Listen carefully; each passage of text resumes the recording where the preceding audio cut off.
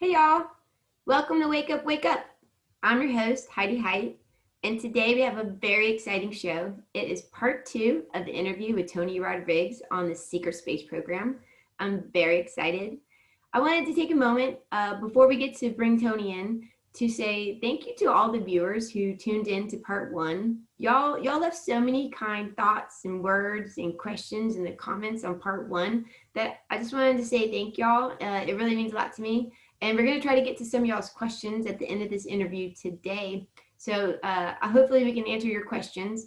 And if you're new to Wake Up, Wake Up, welcome. Thank you so much for tuning in. I hope you enjoyed the interview today. I always have so much fun interviewing Tony. He's such a great person.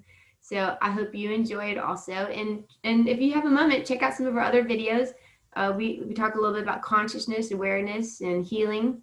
But today is all about the Secret Space program. So if you have any questions on the Secret Space program or anything that Tony says, please leave your questions below. And in part 3, we'll try to get to all your questions, or at least some of them, what we can. So thank you so much. And let's go ahead and bring Tony in. Okay. Tony Rodrigues, thank you so much for coming back to Wake Up, Wake Up. It's been forever. Thanks for having me. Good to be back. I feel like it was almost, we were living in a different world the last time we talked to each other. It was a different planet. Was it really before? When was this? I never even looked at the date. I got it here somewhere. It was in the summertime. Yeah, July. Oh my God. It posted July 29th, 2020. So August, March. Wow. So yeah, it was a different planet, you know? I mean, we didn't know what was going on. So, and it's going to be just as different in 3 months from now, probably. It's going to be so different, and hopefully for the better. I just keep meditating and holding that space that it's all going to come together and have compassion for both sides, that they all don't, like, nobody wants a civil war here going on in America. Everybody's on the same team. A lot of people have been, you know, my biggest angle that I try to tell people about the whole political thing, you know, because we were talking about it before we off camera. The whole political thing, a lot of people need to realize how deeply they've been influenced. Right. In other words, it's not as bad as what they made you think it is. Right. A lot of people think that, you know what I mean? Like half the people are horrible and the other half, you know what I'm saying, like are good. And everybody's still the same as they always have been. Right. You know what I mean? Like it's not. And they really fanned the whole racist thing. They put a spin on it, like, you know what I mean? Racism. They're trying to divide and conquer us. And people are so divided right now. I think that's the biggest thing to take away from it, is just like turn that down a notch. It doesn't matter really. Let them work it out in Washington how they're going to do it. You know what I mean? Let them do it. But don't. There's so many people that were best friends. I saw it in my own, like, people I went to school with that were friends their whole life that started hating each other, that were like, screw you, man, I'm removing you. And it's like, it's not that powerful to where it should do that to people that have real life relationships. Right. You know, like people need to don't justify and don't give it that kind of power over it, because really it's a weapon. It is a weapon. Like, and I just say to my friends who we disagree, and like I can feel when it gets to that point, that heated point, I go, hey, I love you so much and I've loved you for a really long time. Can we just agree to disagree? And then like maybe after January 20th, or maybe a couple weeks after January 20th, let's like talk about what happened, you know? And dude, I've been doing the same thing. Okay. You know, I've been doing the same thing because I feel myself being like turned to being in a hateful mood. And I pulled the brakes and go, you know what though? Even the worst people that did me wrong, I'm starting to think in my back of my mind, like, I love you, man. I just try to get into that. Like, I love you, even though I would never do what you did. Right. But I'm me. I lived a different life. You've lived a different life. So I love you. I want you to be the best you. And just trying to turn those feelings into feelings of love, you know what I mean? As another human being. That's all it takes. You know, like there's people that there's no matter, they're not going to turn righteous, but I love them just the same. They deserve to be alive and learn. I just look at, I think it helps. I just want to know what the truth is. Whatever side it is, I want to have my freedom. I want to have freedom of speech. You know, I want to be able to know that when I go to vote, that my vote is actually what I voted, you know, whatever side it may be. But at the same time, I might look at people on the other side as maybe they are misinformed, but I like to look at them as maybe they're confused or maybe I'm confused. And who knows which one, I is right or wrong, but it still hold a place of love for them that we all come to an understanding of the truth. I think a lot of people we always thought that the bad guy would always be another country, another nation. Everybody thinks that we're not at war because it would be a nation, we just kick their butt. But really it's a global, like a fraternity that we're at war with right now. And so they have spun it, like they own all the media, they own so many things, and they're all on the same page. So people, you can't identify correctly with the enemy. And some people have been following it. Gaslighted in the media. Yeah, some people have been following it for a long time, so they know. Some people know. And they're the minority voices, and they look crazy to people that don't pay any attention to it. You know what I mean? So, and they've been so programmed by this. And it's not one country, it's every country. It's not one corporation, it's every corporation. There are people inside, there are a fraternity that we're fighting against that have been manipulating everything. Everything. And people don't even know. It's like they're divide and conquering from within because they need to take down America for their complete plan. And what really pissed them off is when Trump separated from the central banks. Yeah. Oh yeah. Right. And that's when right after that the coronavirus came out, and then they needed the mail-in ballots, and then. So, and then what you're seeing also by people's reaction to it, you're seeing people that don't do their research and think about themselves. They outsource all their thinking about that stuff to the media. They trust the media, and they say, well, I don't need to spend time researching this. I'll just look at my opinion from the media because they did all they did all my legwork. It's like they subbed it out. And so that's what you get, is you get people that are just repeating what they saw online on Washington Post or some media website. So yeah, but I just let's not talk about politics too much. Yeah, that's right. What if there really is all this fraud going on? Like, we need to think about it, because right now you might, like you said earlier, you might be on one side, and the next just because they need you right now, and the next time you might be on the other side. And if there really is, if they're really fraud in the elections, and we think that we have a voice, but we are really not having a voice. Right. So I had a lot of people like back before the election took place, like Trump went to a place and had a rally, and they bought all the tickets out from under him. So his rally, they tried to spoil the rally. And I said something, and people were cheering it on. Like, some of my friends are like liberal and they hate Trump, never my friends. And they were cheering it on. I was like, look, this isn't about Trump. This is about, he has the right to run for president, the same as you or anybody else. Somebody interfering with the process of him actually campaigning, running for president, is wrong. And you know what I mean? Like, and I also, people are like, well, you just like Trump, you're a Republican. I'm like, look, I'm not that either. You sell me a better guy. Yeah. Because I'm not faithful to the Republican Party by any means. I want the best guy for America. If you sell me a better guy, the Democrat, he's going to get my support, period. You know what I mean? And a lot of people need to detach from the flying the flag of their party only. Right. But, and people cheering on the process. They hated Trump so much that they wanted the process destroyed. And now the process has been trampled. Right. And they're happy about it because they got their guy. You know what I mean? It's a 50-50 thing. But what you don't realize is that in doing so, you've trashed the process. Next time. And the impeachment was that.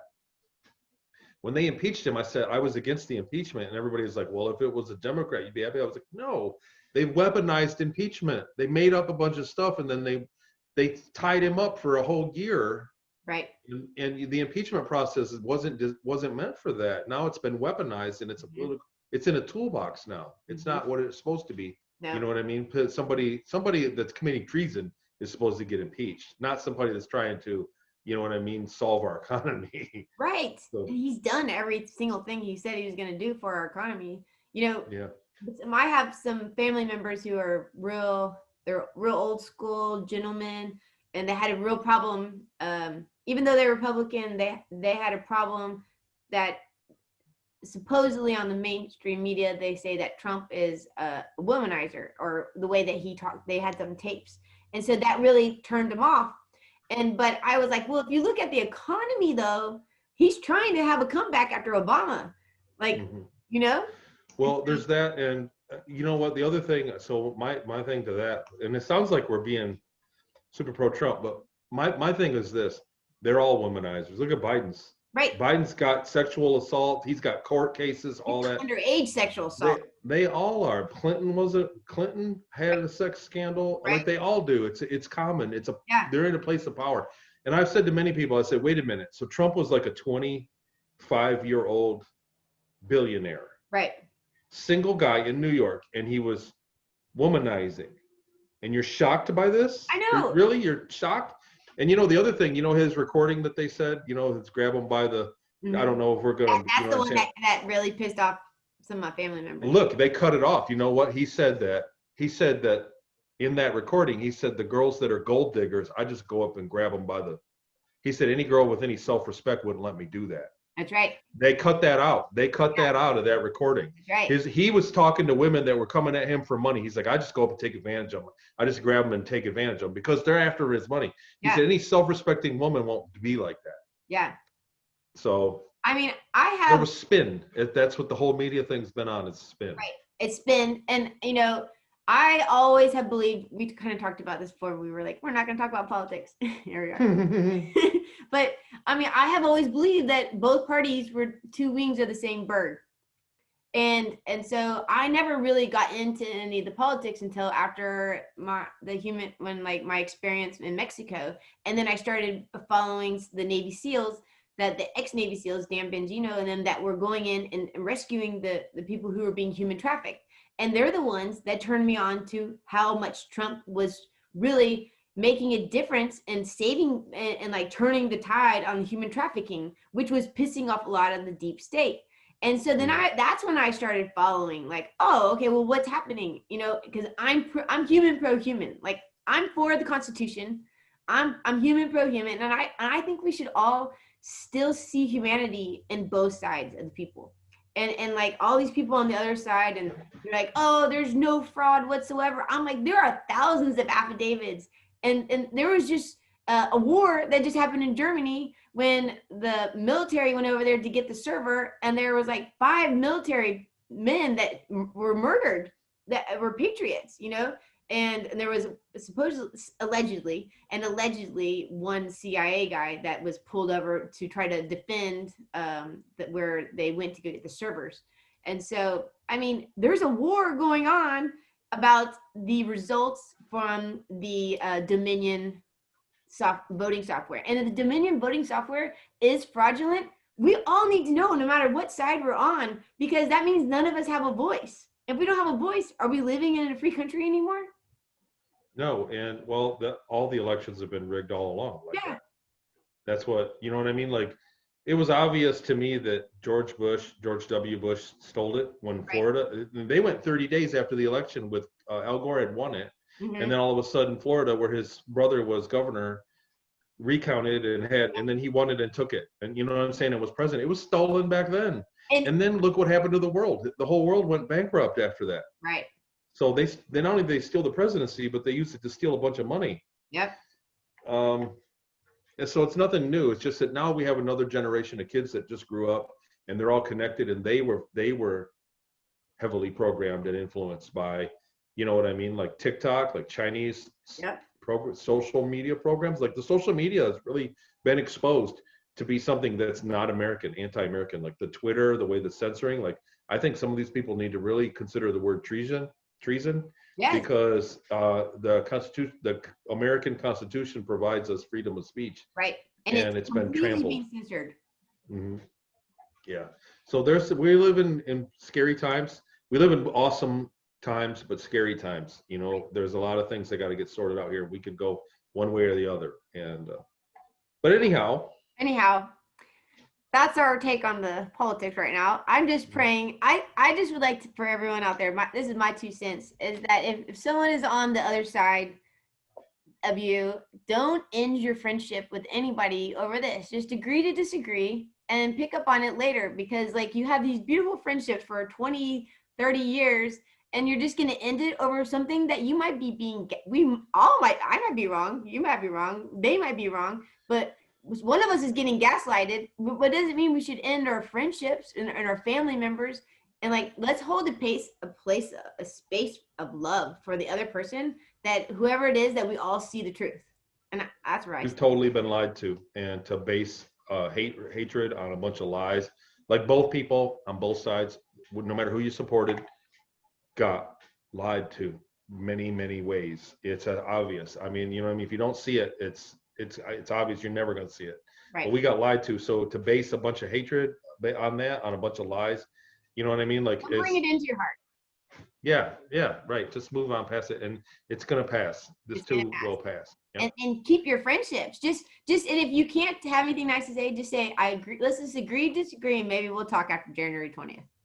You know? But right. Yeah, anyway, we're going to have to move forward anyway. Yeah. So I think we left off and like right when you were leaving Seattle.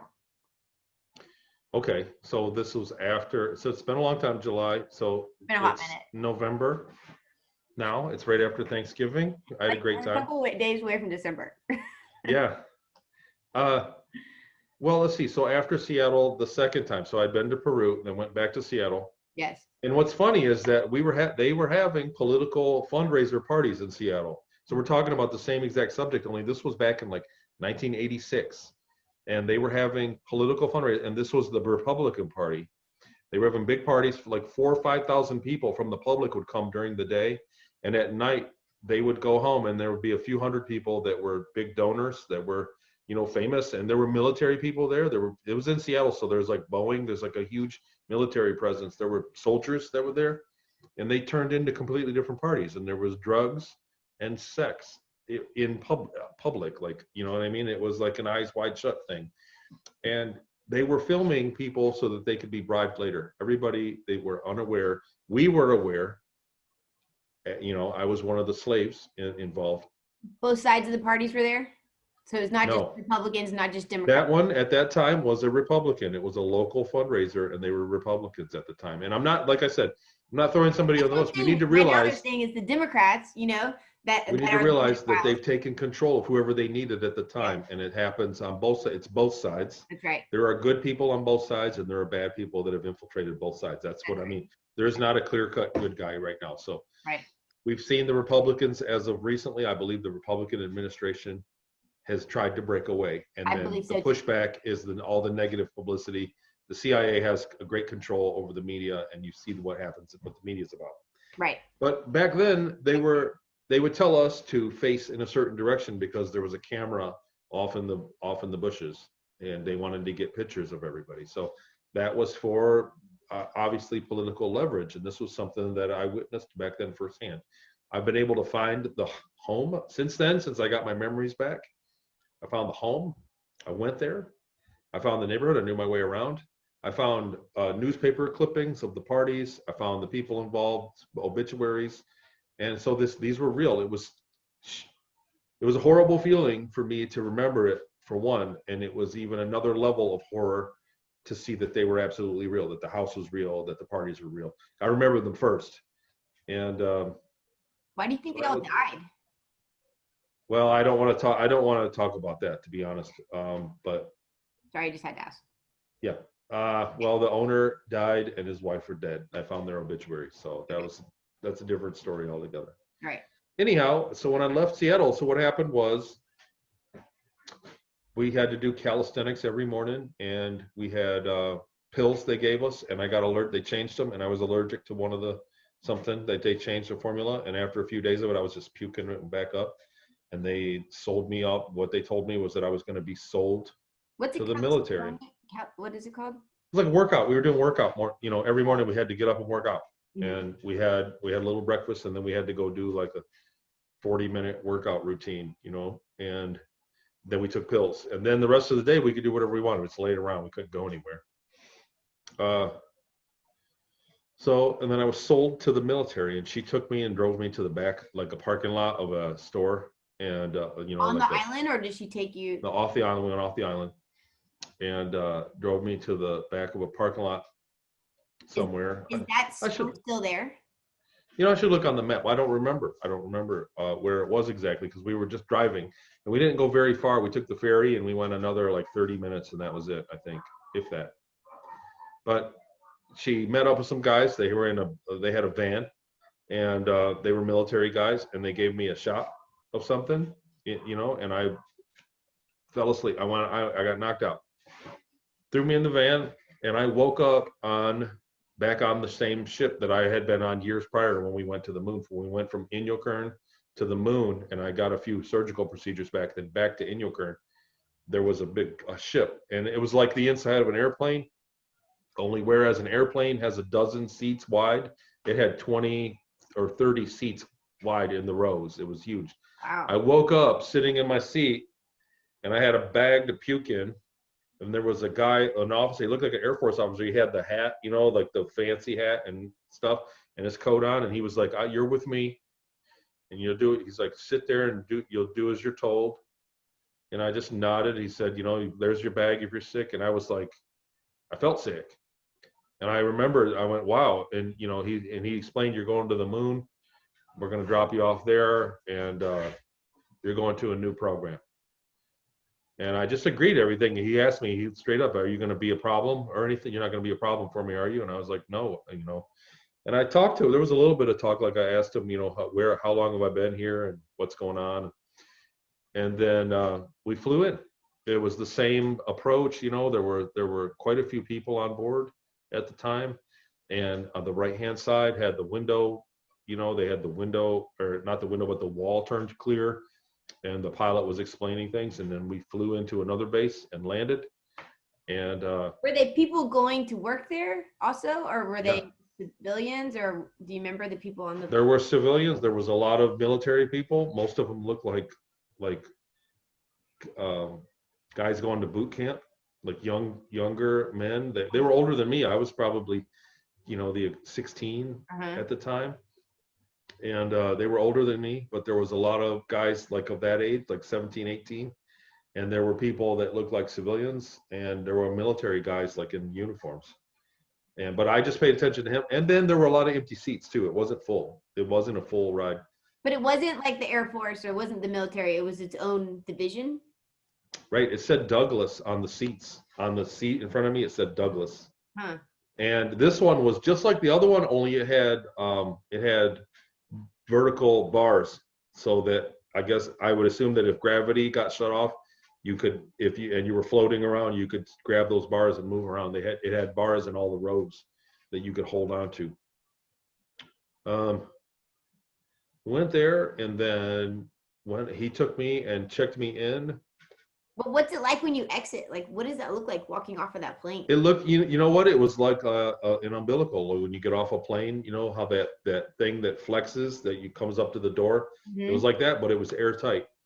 Oh wow! And it was fancier, and it was a little bit wider than your normal one, like a plane. And you went through there and came out right into just like an airport to a big area. And I'm trying to think of exactly what happened right then and there. But he walked me for a while. He walked with me for a while and checked me in. And then I went in and got like a medical checkup. I went into like a hospital. Oh wow! I got a medical checkup, and they. What did their hospitals look like there? I mean, did they have all different instruments and things that are different than you would go into a hospital here? It was pretty high tech looking. You know, it looked like it looked just like a hospital you would have here. But when you go into a room, there's like not a lot of machinery. You know, like when I go to the doctor, there's a few things there. Like these, when I went into the room, there was a lot of hardware there, a lot more than what I would consider in a hospital. Like even an ICU here, there was a lot more hardware laying around. So I went from there, and then it was like, it wasn't pleasant what happened next, because they started putting me in it was another round of like trauma-based mind control. And I would sit and have to watch movies, and it was like drugs and movies. And it was about fight or flight, like to not to run in the face of certain death. You know what I mean? Basically, that was the training. And that went on for weeks and weeks. And they did surgeries on me too. And I had a little, like a cubicle, like no bed. It was like I had a blanket, and that was it, and a floor, and a little 10 by 10 room with cement floor. And they threw me in there, and that was my room. And they'd give me this disgusting food. Like a cage, yes. kind of. Yeah, like a cage, exactly.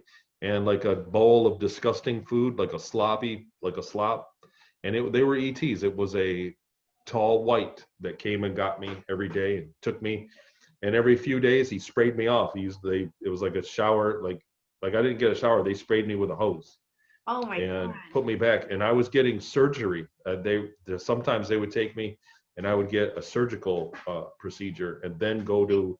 Where would the surgery be? They were all different, man. And you know what? It was like, I remember being angry when it was done because they didn't give me any anesthetic. Like Oh they were giving me God. surgery without anesthetic because, and I would ask them why. I was like, you got to give me something for the pain, man. And they would always say, you're not going to remember anyway. You're not going to remember any of this. So why, we're not going to waste it on you. And they would throw me back. And I remember just laying there on the floor, like really in pain. Like it was not pleasant at all during that time. So you would go to surgery and then you would have to go back and watch those videos? Yes. Yeah. So like Sometimes in the same video, day. can you describe one video? Like what? Yeah. You know what it was? So it was like you had to rest your chin on something that held you, and it had speakers right here. Uh-huh. And there was a tall white, like a gray. Uh-huh. That was What does like white look like? just like a gray, but he was white. He was white colored. The oval kind of face. And he was taller with a longer neck than most. Did they wear? What you would, huh? He wore clothes. He had clothes on. Yep. Okay, so your head's in this thing with speakers. What are you looking at? So it was a screen, just a flat screen, and the light on me didn't shine elsewhere. So when they put the light on me, like next to you, when you turn on your light in your room, how the whole room lights up, it didn't do that. It was only where I was, and the rest of the room stayed dark. It was weird. It was a different kind of light, completely. The movies were tests, and like, so you could look at places on the screen. It would be a square, like yes or no, for instance, a square, and you could look at it, and it would track your eyes, and it'd say, is this your answer? And it would flash, is this your answer? And you'd sit there, just keep looking at it and go, boom, that's your answer. But most of the time they were movies, and it would show people in situation, like they were cheesy. It was cheesy. And it would show people in situation like, should he stick up for him? Like two kids walking down the street and a bully and a bunch of other kids come and bully one. And then the other kid going, what should he do? What do you think he should do? And it would ask you that, like a choose your own adventure. And it would always end up with, you should stay and fight. You should stand your ground. Don't, you know what I mean? Like do the right thing. Stick up for your brother. And then they got more twisted. They got twisted. Oh, they did want you to stick up for him. Yes. Right. And then they got twisted. It was like, give your life for your brother. Like it got into like guns and combat, like crazy, like weird situations that would totally not happen. Mm-hmm.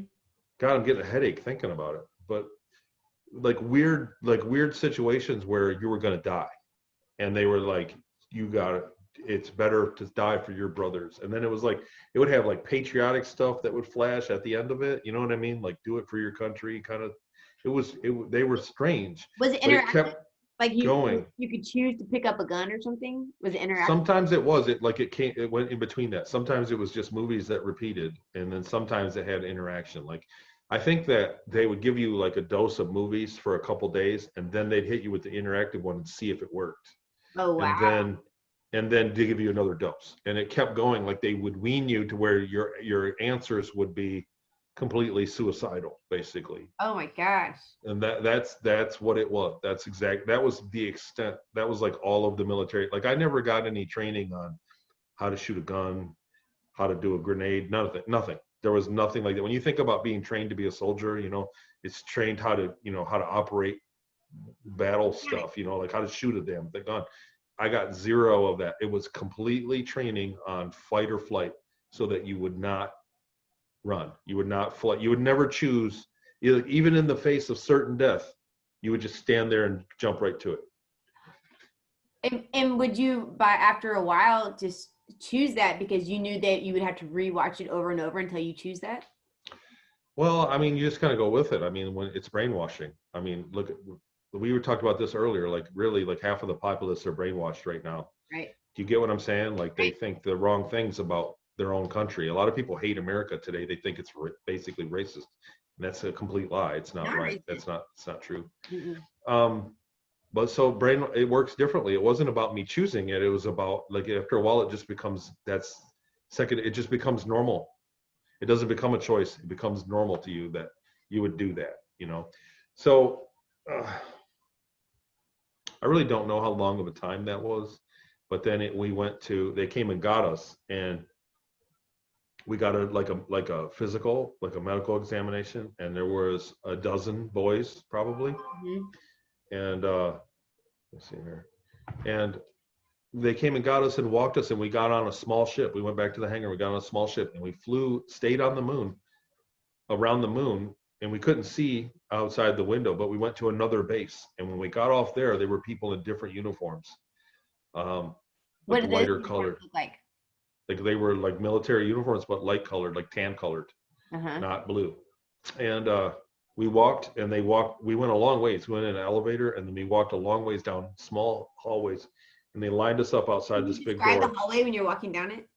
It was boring. It was lame. You know what I mean? Like doors that you couldn't see through, like regular doors with doorknobs, and then there were stripes. They told us to look down. You know, they said you don't need to look. Don't look at anybody in the eye.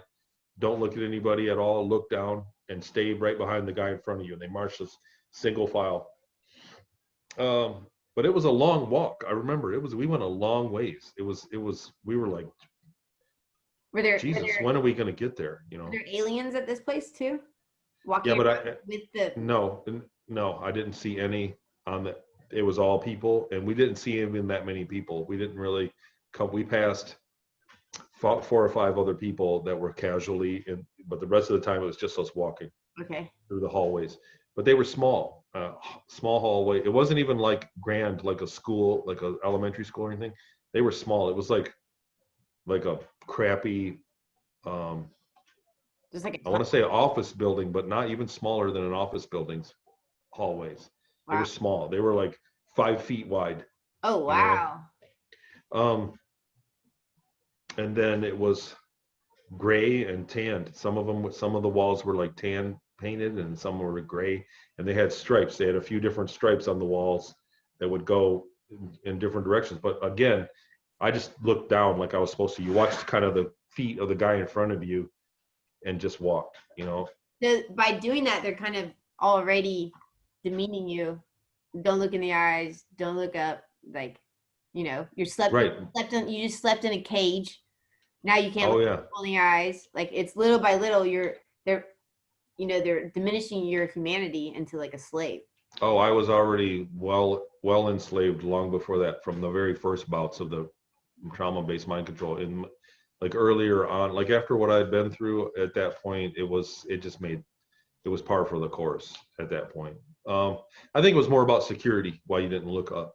Uh, When we got there, there was a guy that was like, he had a sidearm. There was a guy with a gun, which was scary. And they handed us little containers. They looked like shaving cream containers, was small, with a red button on top. And they said, don't press the button. Once you walk through that door, these are grenades. And once you walk through that door, they will be armed. If you press the button now, nothing will happen. As soon as you walk through that door, as soon as you press the button, there is no timer. They will immediately detonate. Try not to kill anybody else. And that was it. And then they lined us up, and he said, if you go through that door and one of you is about to die, you might consider giving your life to save everybody else. Like that was kind of like the briefing that we got. And we sat there for 15 or 20 minutes, and then the door opened. When he said that to you, what were your thoughts? Because that's a little bit different than looking at a video. You're right. You know what it was? It was weird. It was like confirmation of the video. Huh. Like that's what it felt like. It felt like it was like the videos were, one thing, but this guy was actually saying it. So we were like, it was like, yes. You know what I mean? Like that was, you kind of went along with it. Like the programming worked. Basically, I was totally on board with that. And I was totally okay with it. I was totally willing to do that if that came to that. You know what I mean? Like that's crazy that you were okay with it. I mean that just shows you what programming actually does. It made perfect sense. The wording and the, you know what I mean? Like the goal was that, if somebody was threatened, that I would want to give my life to intervene. You get what I mean? Like Yeah. that it was under threat. It wasn't that I wanted to just kill myself. I Uh-huh. had no desire to do that. But if somebody was threatened, I wanted to, kind of jump on the pile and give my life for it. It It. made total sense. It made so much sense to me at the time. Like that was like my whole purpose in life at the time. Wow. Uh, so the door opened, and it was a giant concrete room in there, probably the size of a basketball court size room. And there were a couple inches of sand, like beach sand, on a concrete floor. So it was sand that you walked on. Mm-hmm. And we walked in, and up above there were lights shining down, so you couldn't see past the lights. But there were people up there, and they were all, they were cheering and yelling. They were yelling at us. There were guys up there. There was a crowd. And in the middle, so there were lights around the side where there was kind of an overhang where they had like a balcony, kind of in the middle. And in the middle of that, I could look up and you could see there was chain link fencing that was hanging, and it looked like it could come down and shut off the balcony. Like the fencing could come down and make it where you couldn't get to the balcony. So, but it was way up. It was like 20 feet in the air, 25 feet up, easy. And they were yelling at us, and we all went in, and we just kind of stood there, and the door closed behind us, and we were just sat there for a minute. And then a door way at the other side opened up, and a giant bug came out, like a giant spider, basically came out of the other.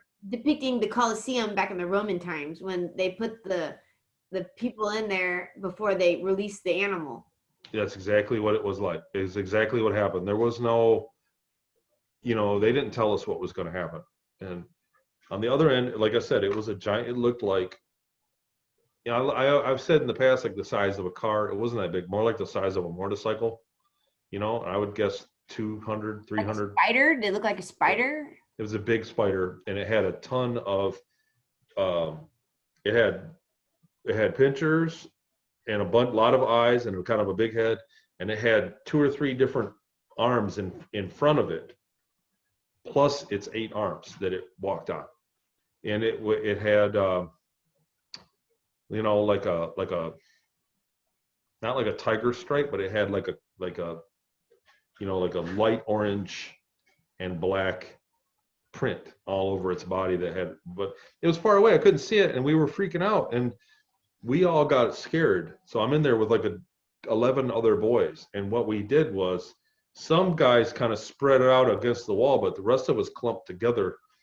And I was in the back at first, so I thought I was safe, or I felt safe we made a clump of guys, and I was toward the back, so I figured all these guys are in between me and it, right? So I'm safe. And what happened was it stood up. It would stand up, and it made like a barking sound, like a, and then it would stop, and it would move quite towards us, totally silent. It would creep up, and then it would sit up and bark again, make its noise. It was like a thumping sound it made, and to see if we were doing anything, and we just sat there. And every time it got closer, the people in front would push their way to the back, but you know what I mean, of the clump. And they wanted to get in the back. Right, they were standing in front. Here comes this thing, so they were like pushing to get back, and I ended up getting pushed out into the front of it. And it got close, and it got like 50, 60 feet away. And I started doing the math I looked at my grenade thing, and I started doing the math in my head, thinking about how I was going to do this, run up, and I was thinking I'd run up and hold my hand out and do it. But I didn't think that I would get close enough to hurt it, because its front arms were so long. It had very long front arms. Right. And I knew that if I walked up to it, it would stab me. And I was sitting there trying to get the courage, thinking like maybe I'll run around behind it. I was waiting on somebody to do something, and it was still at that same distance. And while I was thinking about that, somebody ran up from the left, a younger kid, like a redheaded kid, ran at it full speed, and he had the grenade like like a football, like hanging it, and he ran right and jumped right onto its head and detonated, and it blew him in half. He blew in half, and it killed it. and the bug just dropped right So there. the bug was a victim, and y'all were the victim. Like it's an Yes, alien that was yes, captured also, and y'all were victims. So right. they were just It it was a it sport, was going to kill. It was going to try to kill us, but it was terrified. but it You was could also tell that it was being afraid. yeah. That's so sad on both sides. Yeah. Well, as soon as that happened, the door opened up, and a bunch of people from with lab coats came in and ran, and they grabbed the body of the boy and took him out. And they left the bug there. And that's when I got like a closer look. I walked a little bit closer to the bug, and that's when I saw it had a bunch of eyes. You know what I mean? Like, and it was its head was disfigured, but I could see it had a bunch of it had more than two eyes. It had half a dozen eyes. Oh my gosh. 6 or 8 black big black eyes it had on it. And I was like creeped out. It was just so scary. It was like a disgusting looking thing. They came in and they took us immediately. We went to a like a hospital room, and it had a bunch of gurneys, and we all got it. We all laid down on cots, and then they gave us a medical examination, and they were all happy. A bunch of people kept coming in, and they were thrilled that the program worked. They said it worked. It worked. Like it was an experiment, and they were just thrilled to death. And they said, "You guys are going to be deployed in the morning, and you guys we've got high hopes for you. This has worked exactly." And they would thing is they were talking about us in front of us because we didn't, you get what I'm saying? Like, Right. ever seen people do that? Yeah. They were talking about us right in front of us, and that's what they were saying. Like they're going to get deployed first thing in the morning. This is work. It was, I guess it was like it happened. They killed the bug faster than what they had anticipated that it would take. You know what I mean? Like they thought that the bug would kill a couple of us before one of us blew it up and killed it. So they expected it to be not as effective, us not to be as effective as we were. So they were just stoked about it. And the redhead kid just gone. I never saw him again, and they told me he lived. Oh, They they said put that he that lived. together. Yeah, yep. They said that he lived, and he would, because of what he went through, he was going to be reassigned. And they and we slept we slept in that room, and it was a room where we got our medical. We had cots, and we just went to sleep right there. We got to stay there for the rest of the night. And then we got up. They gave us breakfast, and they took us straight to the hangar, and we went on a bigger ship. It was almost empty. It was a bigger ship, and it was pretty well empty. And flew to Mars the next day.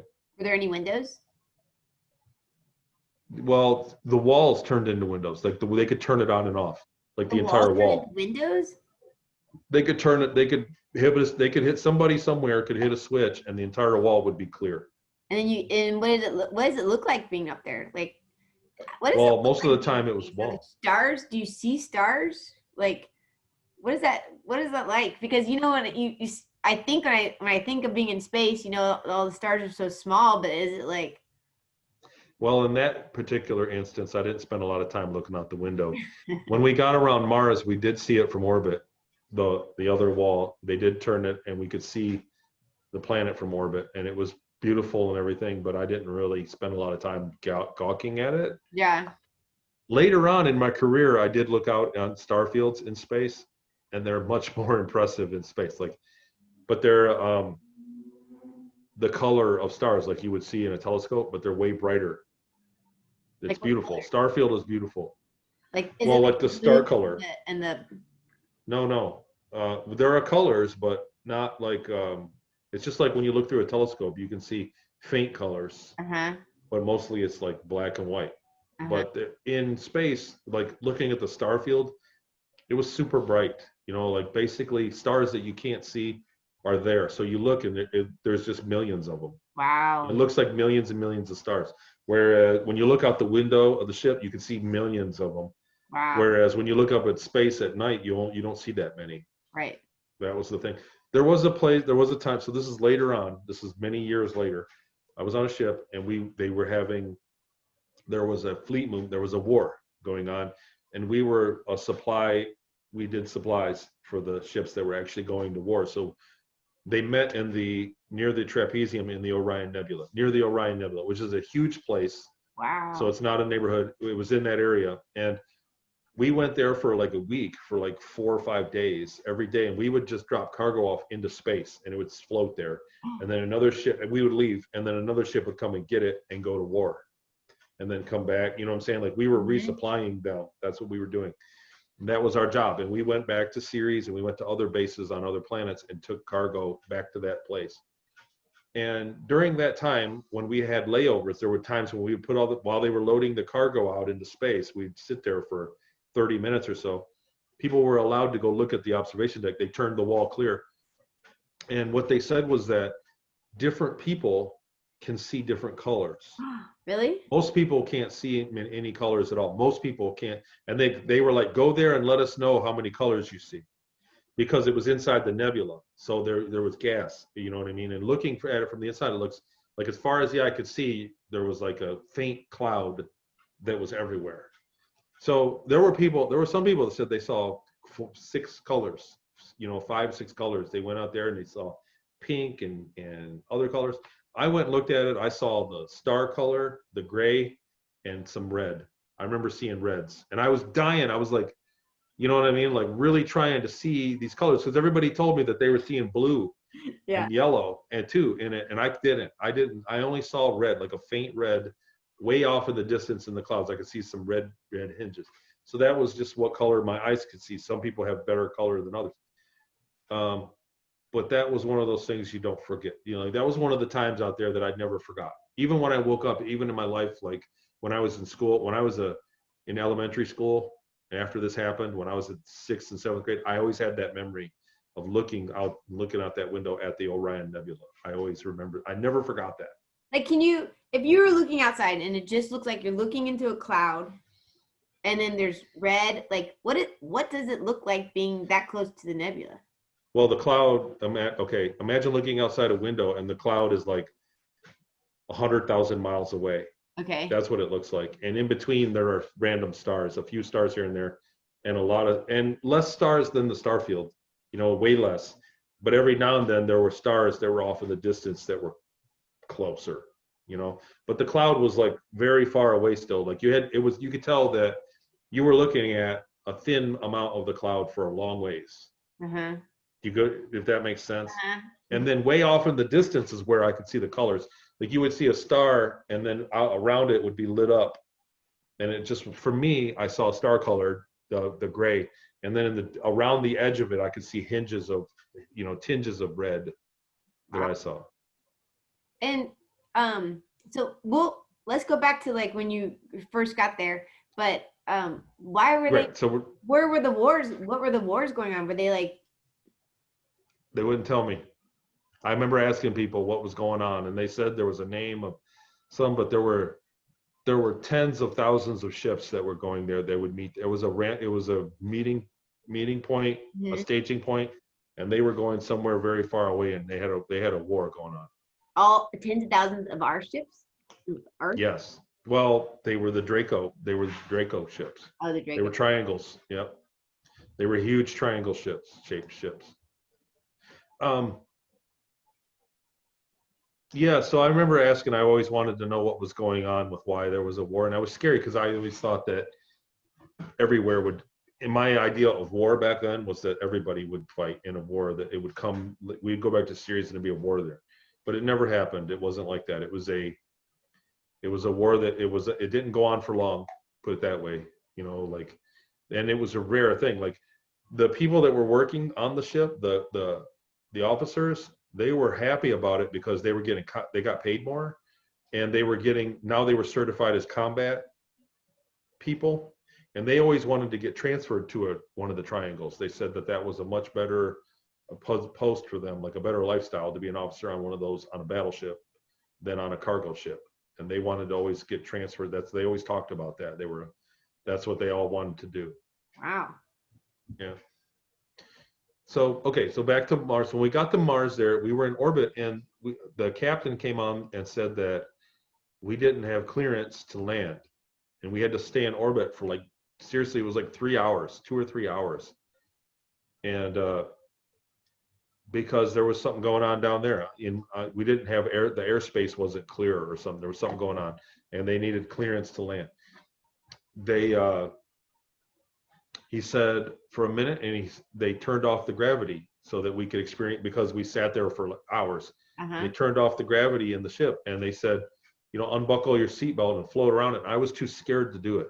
Oh, you were? I stayed belted, and I regretted it for the rest of my time up there. I regretted that because that was really the only time that I had zero gravity to be in, and but I remember watching the kids across the aisle, 5 or 6 young kids. They did it, and they were doing flips and hanging on. They were floating there, and only for a couple minutes, and then he slowly turned it back on. They turned it on, and then they kind of slowly went down to the ground, and then they got in their seat, and then they turned the gravity all the way on. Oh, Like wow. they turned it up, right? It didn't come totally on and totally, like, in the movies where they Yeah. turn it back on, everybody falls. Yeah. It wasn't like that. They turned it on gradually, and everybody kind of went back down, and that was what I was afraid of. That's Oh, why you I were didn't do afraid it. of I thought falls? I was like, I'm gonna fall, and I regretted that. I was filled with regret for that because I chickened out on that. But later on, I got to experience lighter gravity a few times. But so we did that, and then we landed, and as soon as we got off that ship, it was like a big hangar, and we got off, I want to say, onto a staircase. I went straight from that ship onto another small one, and they put bags over our heads. That's what happened. They bagged us. They put bags over our heads and put us on another ship. And when we were walking off that ship, they pulled the bags off our head. We were in the base already at another forward base far away. And we were on that other ship for like 30, 40 minutes. And now are I you thought on we were like, this series is now great. when you get off the second ship? What's that? With the bag on your head? When you get Yeah. off, are you on Ceres now? Or No, it was Mars. Oh, It you're was Mars. Mars. Mars. Yes. And so they took us onto it. They took us to a main hangar bay. They put bags over our heads so we couldn't see anything, walked us to another ship on a smaller one, and then flew us to a forward base Oh, okay. somewhere So else. different base on Mars. Yes, and the base had been abandoned, and there was a base that could halt. It was a base that could house like a few hundred people, and there was only like 50 people there because it got something happened where it got attacked by the bugs, and so they abandoned it, and they were running like a forward op there. So it was a test. We were there as a support soldier, and it was a test to try to get cheaper, lesser soldiers out there in numbers. So do you think they captured that other bug from Mars and they brought it to the place you were before for the test? Yeah, on the moon, I don't know. I think they might have grown it. I don't know. I remember asking, we talked about it, but nobody knew for sure. Nobody gave us a real answer on that, if it was captured or grown. I don't know. Jeez. Okay, so you go into this the new base, the abandoned base. Yeah, so we went there, and I'll try to go faster. I mean, I don't want to do every play-by-play. It'll take the rest of the night. Okay. But we lived there for I was there for another couple months, and we started doing hiking missions, and they split us. There were 12 of us, and they split us into two groups of 6. And sometimes they were groups of 4, and we went at different times of the day. They would take 3 of us or 4 of us, and they'd go out on missions with soldiers and come back. And so we only got called, and it was only once every couple of days we'd go out on hiking missions. We'd hike. They gave us an environmental suit, and it gave a little bit of air, but basically we had been surgically altered so that we could breathe the air better there. Really? And we could breathe. It was cold as shit, but it was breathable. Once you got out there, you kind of panicked, but you got used to it, and you could breathe the air. And we went hiking, and it wasn't sandy as it was rocky. There were sandy areas, but there was mostly everywhere you walked, it was rock. It was hard, rocky ground. But we did that, and then after like the 3rd mission was later in the day, we got engaged by bugs. We got split up. There were a lot. I cover it in really good detail in the book. Okay. So when that comes out, like I went over this stuff in really, really good, all the little details of it. But basically, we got engaged by a bunch of bugs, and they were little beetle ones that were flying. They were little, like poodle, and they were bigger ones. They were all different sizes, and they were different sizes, and they swarmed us, and they killed 2 of the guys that I was with, and I got my arm bit off, taken off, and then I got pinned by a bigger one, had pinned me, and a mantid came up and it interacted with me and it asked me what, you know what I mean? They wanted to know what we were doing there. And it like put me into a dream state, and it sorted through my life. It was looking through my memories, you know, of why I was there, what I was.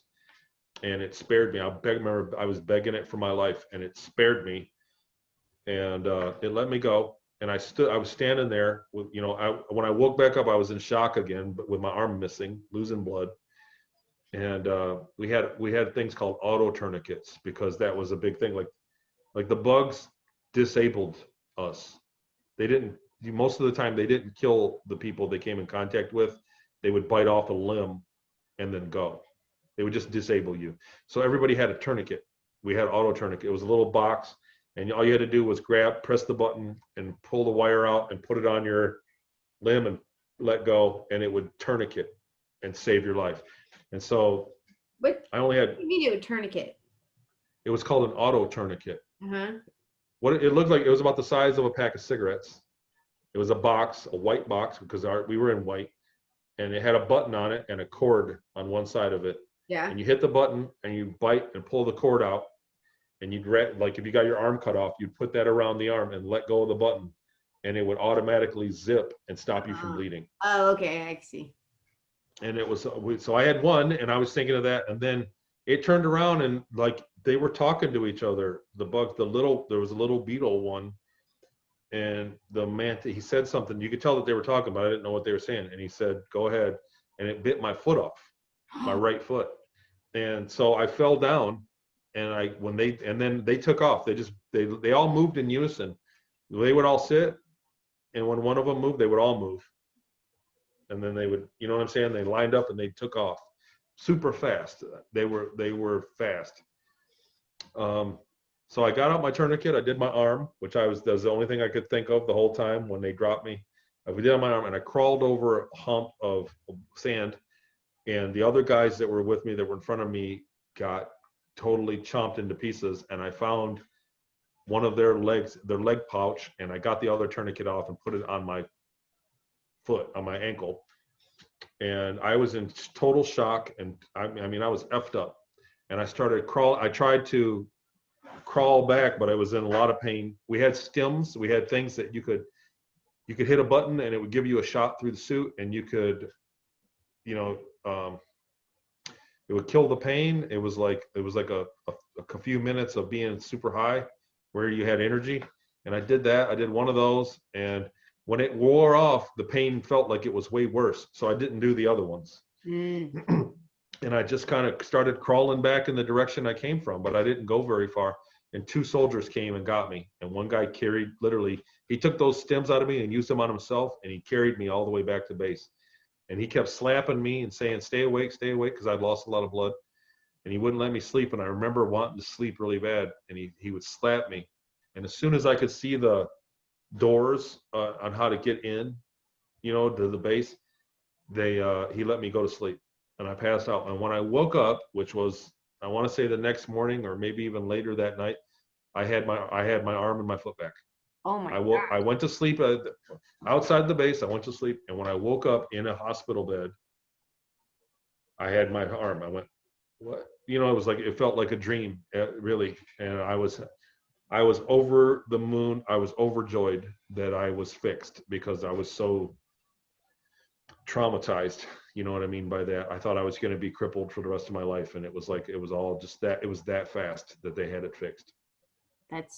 First of all, I just want to ask you about the mantis when it was interfacing with you. Do you remember like any of the conversation, or were you just like, did you ask it anything?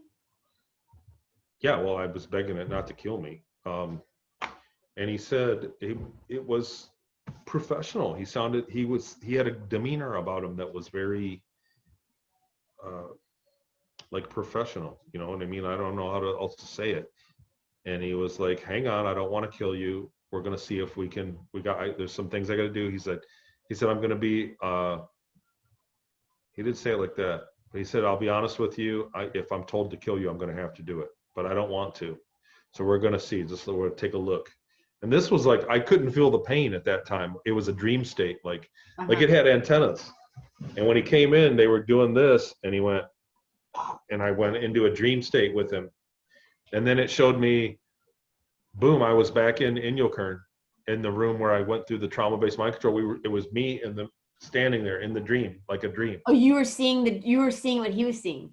Yes. Yep. Wow. And he was looking through places in my life. And then he went to Seattle, the house in Seattle. We were standing there in the living room. And then we went to the moon. You know what I mean? Like, it went through my life at that time, Peru, everything, really fast. And while it was doing it, it was explaining it to something else. Like he was speaking out loud, not to me, but to somebody else that could hear him. Okay. And then it went to the moon base. It showed we had a food fight days before, and it showed we were standing there. There was nobody else there, but it was in the room after the food fight with all the food on the floor. And he goes, and then it showed me my living room of my house that I grew up in, where I was taken from, which at the time I had no memory of. He showed me, he said, "This is who you are." And I'm like, "Where is this?" Like, it felt familiar, but I had no memory of it. And he said, "This is who you really are." And he talked to somebody. He said, "You're going to live. We're going to let you live." And boom, I woke up. And it was like, I was back on with my arm. I woke up and I was like, I had my arm off, and I was like, "Thank you, thank you." And it dropped me. There was a bug that had a hold of me, and it dropped me. And that's what happened. Wow. Wow. That he knew that you were taken. Like, wow. Right. Well, it was trying to assess what kind of soldier we were. If we were there for, what I mean, to kill. It figured out that I wasn't a trained killer. That wasn't my calling in life. And then the next moment that you went from scared to being crippled to having your limbs back. Mm-hmm. And I was happy. And then, so they debriefed me. They came and asked me the same thing. They wanted to know what the hell it said. They were, "What were you doing talking to it?" Because they could see it. They were watching me. They could see everything that was happening. But the soldiers, that they were out of range, like they would have shot it up, but they were far away. We were far away. That's a lot of logistical thing, how that, and I skipped a lot of parts, how that ended up. Yeah.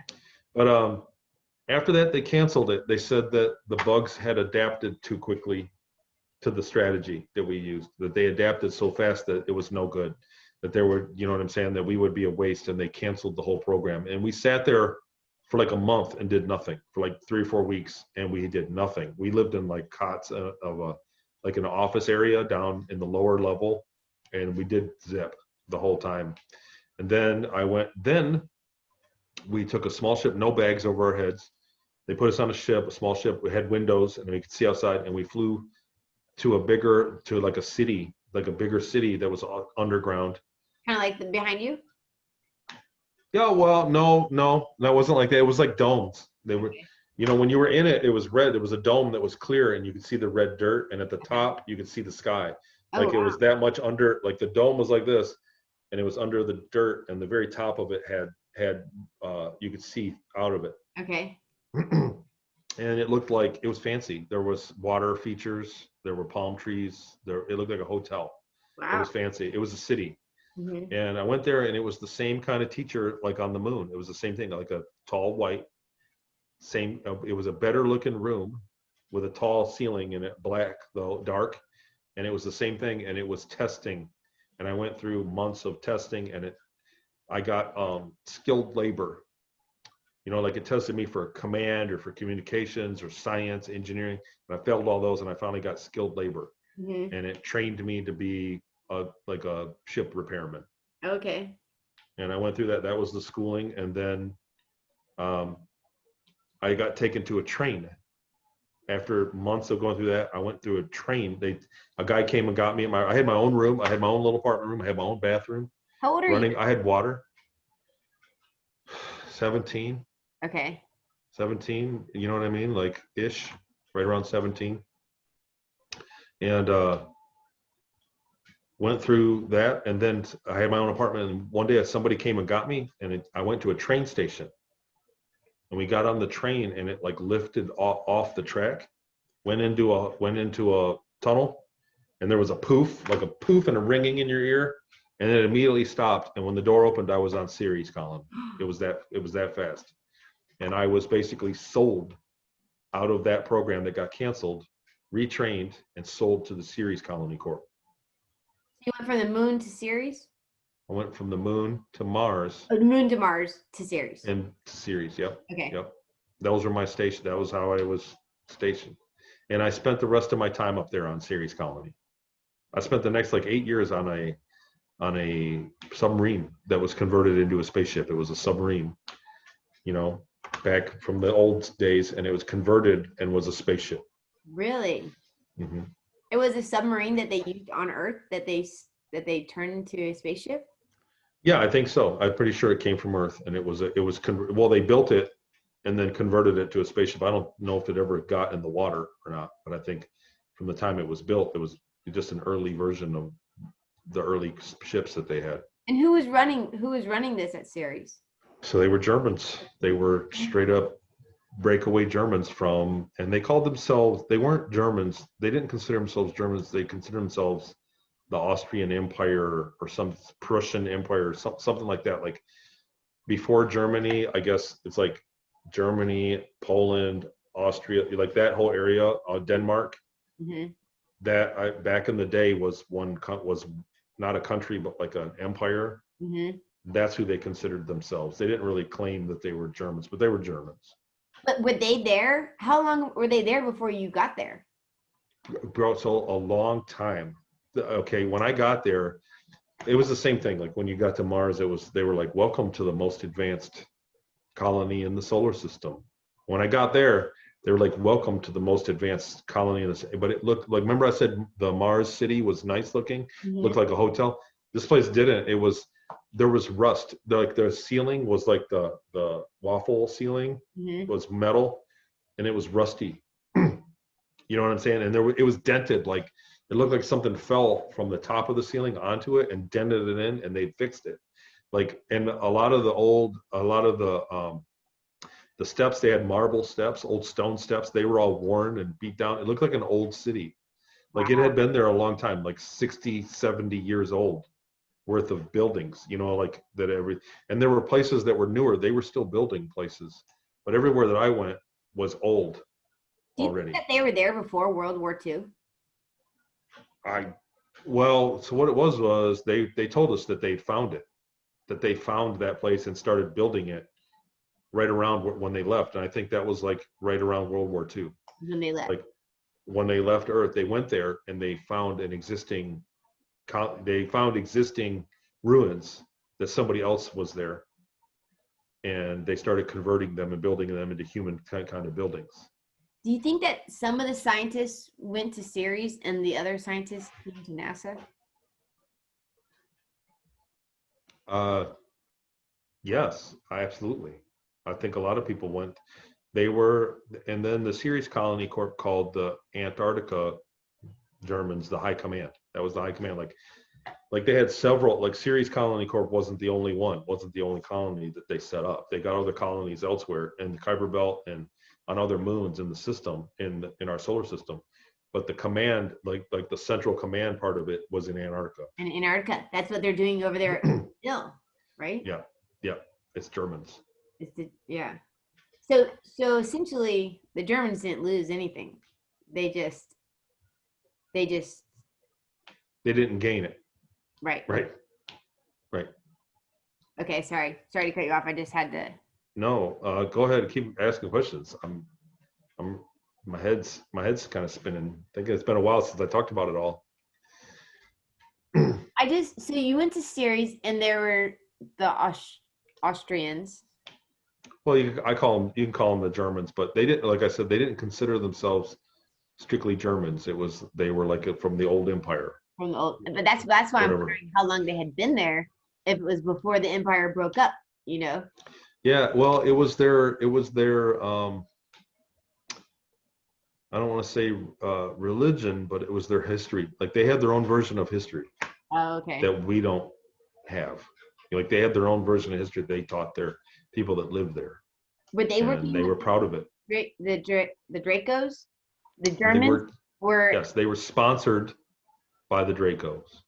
And then that happened during World War II, that they became friends with the Dracos? I believe so, yeah. Yeah, it was after that, and then that they went up and colonized up there. So, and then what they were doing was Well, so on the first ship, on the submarine ship, I didn't have a role that let me know where we went. I couldn't never looked out the window. There was no window. Mm-hmm. I was a repair officer, Uh-huh. maintenance. And so I was like down, imagine like working in the engine room of the Titanic. You wouldn't know where you were or what was going on. I didn't know anything what was going on. And so that was for a long time. It was like, 7, 8 years that I did that. Mm-hmm. And then that ship got decommissioned and I went to a different ship and I got promoted.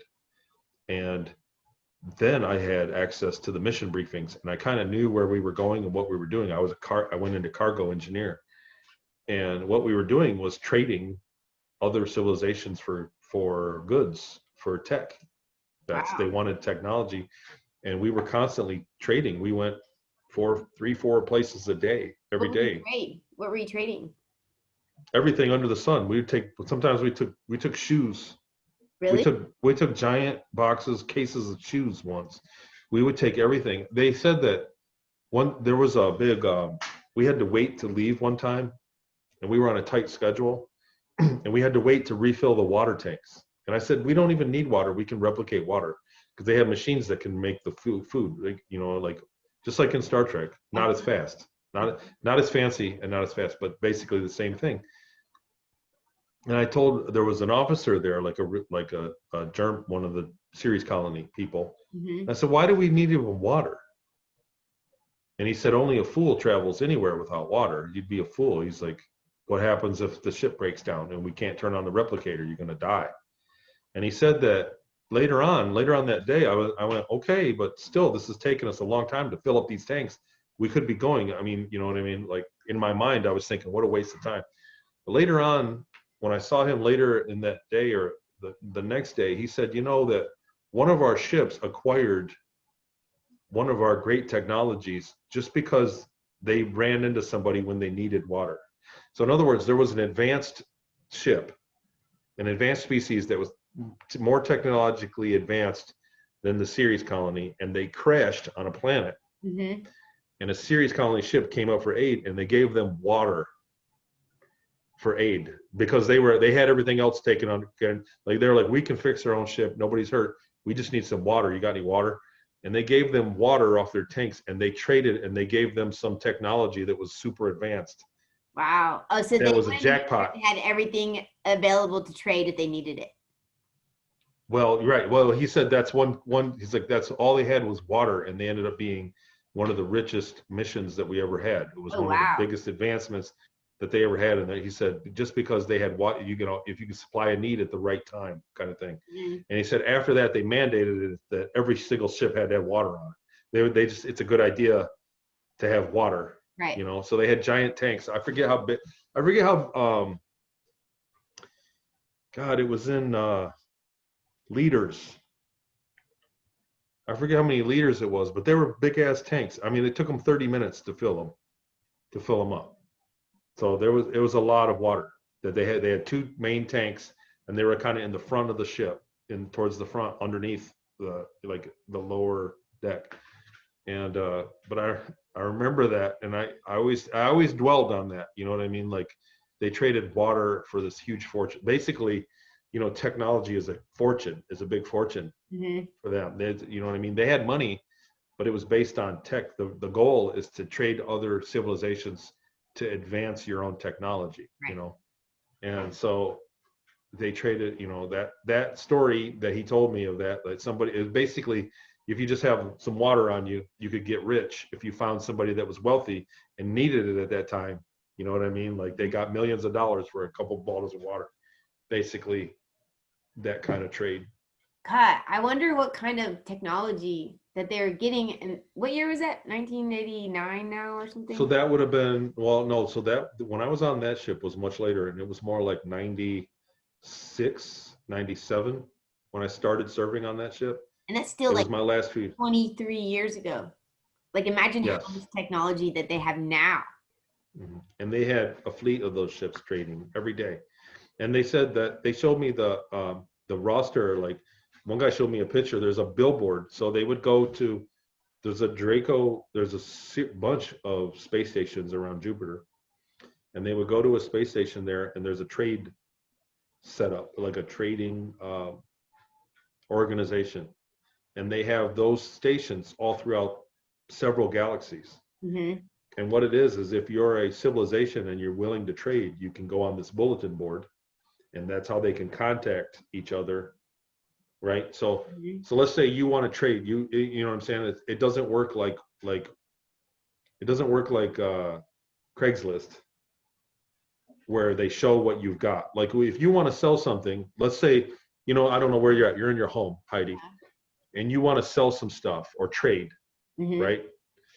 So instead of putting on Craigslist that you have this is what I have. They Right. don't have that at all. You just put that you want to trade. Oh, I'm available for trade, and here's where I'm at. I'm okay. in this town, right? Right. Then somebody would come along and go, well, I'm trading, and go, oh, I'm gonna try this one, Heidi. And there's a contact, and then you meet, and then you discuss. I would come over your house, and Mm-hmm. we would discuss what you have for trade, and I would show you what Oh, I had for trade. That's how the bulletin board worked in Jupiter. So somebody told me, I said, aren't we going to run out of, because we were getting to the point where sometimes we would go and meet people and they were like, blow them off. We wouldn't even show up. They'd be like, screw them. And I said, well, what happens when we run out of places to trade? And one guy showed me, he said, the bulletin board is this big. And he went down, and it was literally it's like a trillion listings. so there's like unending. Right. He said we could have 1 million of our ships. He said we currently have there was less than 100 of the cargo ships that we're trading for Ceres Colony Corp. He said we currently have this many ships. He said if we had 1 million ships, they could trade 10 a day for the next 1,000,000 years. Oh, wow. We'd never get to all the listings. We would never get through all the listings. That's how many different civilizations are available. Solar systems are available to trade with. And right now, I heard that this is kind of off subject, but on subject of the Dracos. But they're saying that essentially that these Germans are the one world power. So what I Right was now. told by them, so what I was told by them, so when they were walking me back, they were like, you're going back to America, you know what I mean? One German up on Ceres Colony said, don't ever vote. He said, never waste your time voting because it's rigged. We rigged it long ago. He said, don't even waste your time. Just don't do it. And I remember that clearly because it was like, I remember it kind of hurt my feelings to think about it. But then, so here we are. Like, it's relative because everything's shaken out. Like the servers where all our votes go that get altered is in Germany, Yeah. of all places. Yeah. You know what I mean? I went, oh, wow, the Germans again. I even posted that. I said, wow, it figures the Germans. But what we're finding is that it's the CIA that controls the media and has, like we've been told all along, like we suspect all along, Right. and that the intelligence and what other people have said that have come forward is that the intelligence organizations of the world were all controlled by the breakaway Germans. Right. So the CIA, the KGB, the Mossad, those are all just one organization. It's one global organization that is the security apparatus of every country. Yes. So, and they can control the world through that, not even the banking. And that's what supposedly Trump is trying to break away from. But if they're in space on all the colonies above us with all this technology, how are we going to break away? Right. Well, you know what I mean? There's only way to do it. You can't solve a problem if you don't know it exists. And so there has to be a disclosure. There has to be a disclosure of the problem. You think that this whole thing is just to disclose what it is? Well, it's a fight over disclosing. Like we're gonna get it. We're to the point where they can't stop it. They can't hold back disclosure any longer. Like in the next 10 or 15 years, people are just going to figure it out on their own. Like there's going to be because the technology at colleges, at the college level, is now the technology that used to be secretly at the military level. Do you get what I'm saying? Like military could figure out that there's ETs 30, 40 years ago on their own. Now that level of technology is in the colleges, and the level that was back then in the colleges is in our house. Yes. So in another set of technology later, that technology where we could just build a device in our garage and discover life in the cosmos is going to be available to us in a short time, in 5 or 10 years. Well, so is there even an option for us to be free here in America then? Well, yeah. I mean, we're people. We are people. I mean, I don't know how it would work, what it would look like to enslave an entire planet So are we legitimately. already kind of enslaved if we're not even having an option to vote, if it's being fixed? If Right, what but the German guy was saying was true in the 90s? right, but you got to look at what happened to me. Like, I'm a very small percentage. The people that are being taken and used in real slavery is a very small percentage. The people that are doing hard labor and these things is a small amount. The people that are truly enslaved by our system is a small amount, and most people don't even know that there's a better version of life for them. Right. We're not enslaved. I mean, we are locked up and we are held away from what's real. The reality of our life, of our situation is that, you know what I mean? We are in a galactic community. Right. When So in that regard, space. right. But it And can't so be Dracos. It has to be other aliens out there that don't want Earth to be owned by one person, one group, you know? that's exactly right. And there are other humans out there that are free, that want us to be free and join them. So yes, I don't know, Heidi. There's a lot I don't know about how the exopolitical end of it's going to work out. But I do know that there's not just one entity that runs everything and we're their prisoners. Because It's not like that. that would be kind of scary if it was just the Germans and the Dracos running the Earth. Right. Well, they have dominion over this region of space, Right. but it's a big universe. And like I said, that bulletin board is not all them. Right. So they were on their P's and Q's when we traded with many people. We'd go there.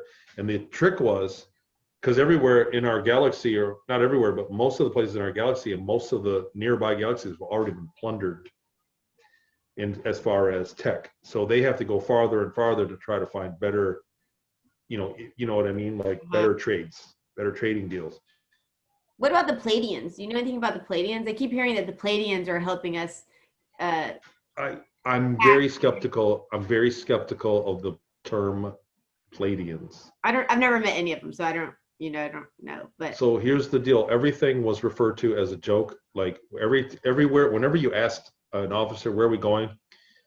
Where are we going anyway? Oh, we're going to the Pleiades. oh, really? Where did we go? We just got there. Where we come from? We're coming from the Pleiades. That was a joke. It was kind of like, shut the F up and don't mind your own business. That was the secret. Everything was the Pleiades. Everything, literally. So literally, when people were telling us the Pleiades are coming, they're telling us to shut the fuck up and stop asking. Right. So, well, here's the other thing. The other real, and I said this. I know I pissed off some people in a talk in Australia because they talked about the Pleiadians a lot. And I went right on stage and I said, look, the Pleiades is a huge region of space. It's not a world. You know what I'm saying? The Pleiades is not a world or even 10 worlds. It's a few 100,000 stars with a few planets around each one. It's, you know what I'm saying? You're talking about 500,000 worlds. There's the entire gambit. So when you say somebody from a Pleiadian, it could be anybody. Right. It could be anything. It's a giant region of space. It's a massive area, and there are many civilizations there. So somebody that just says it's kind of like it's a too broad of a term. I don't respect it as what people say it is because it's too broad of a term. You know what I mean? You could say Pleiadian. Who are you going to get? You could get a reptile that wants to eat you. You could get somebody that's benevolent that wants to help you and save you. You could get anything in between. You could get a robber, a crackhead. You don't know. It's a massive area. It's like saying somebody that's, who visited me? A Russian. Right. What do you mean? Well, it was a Russian.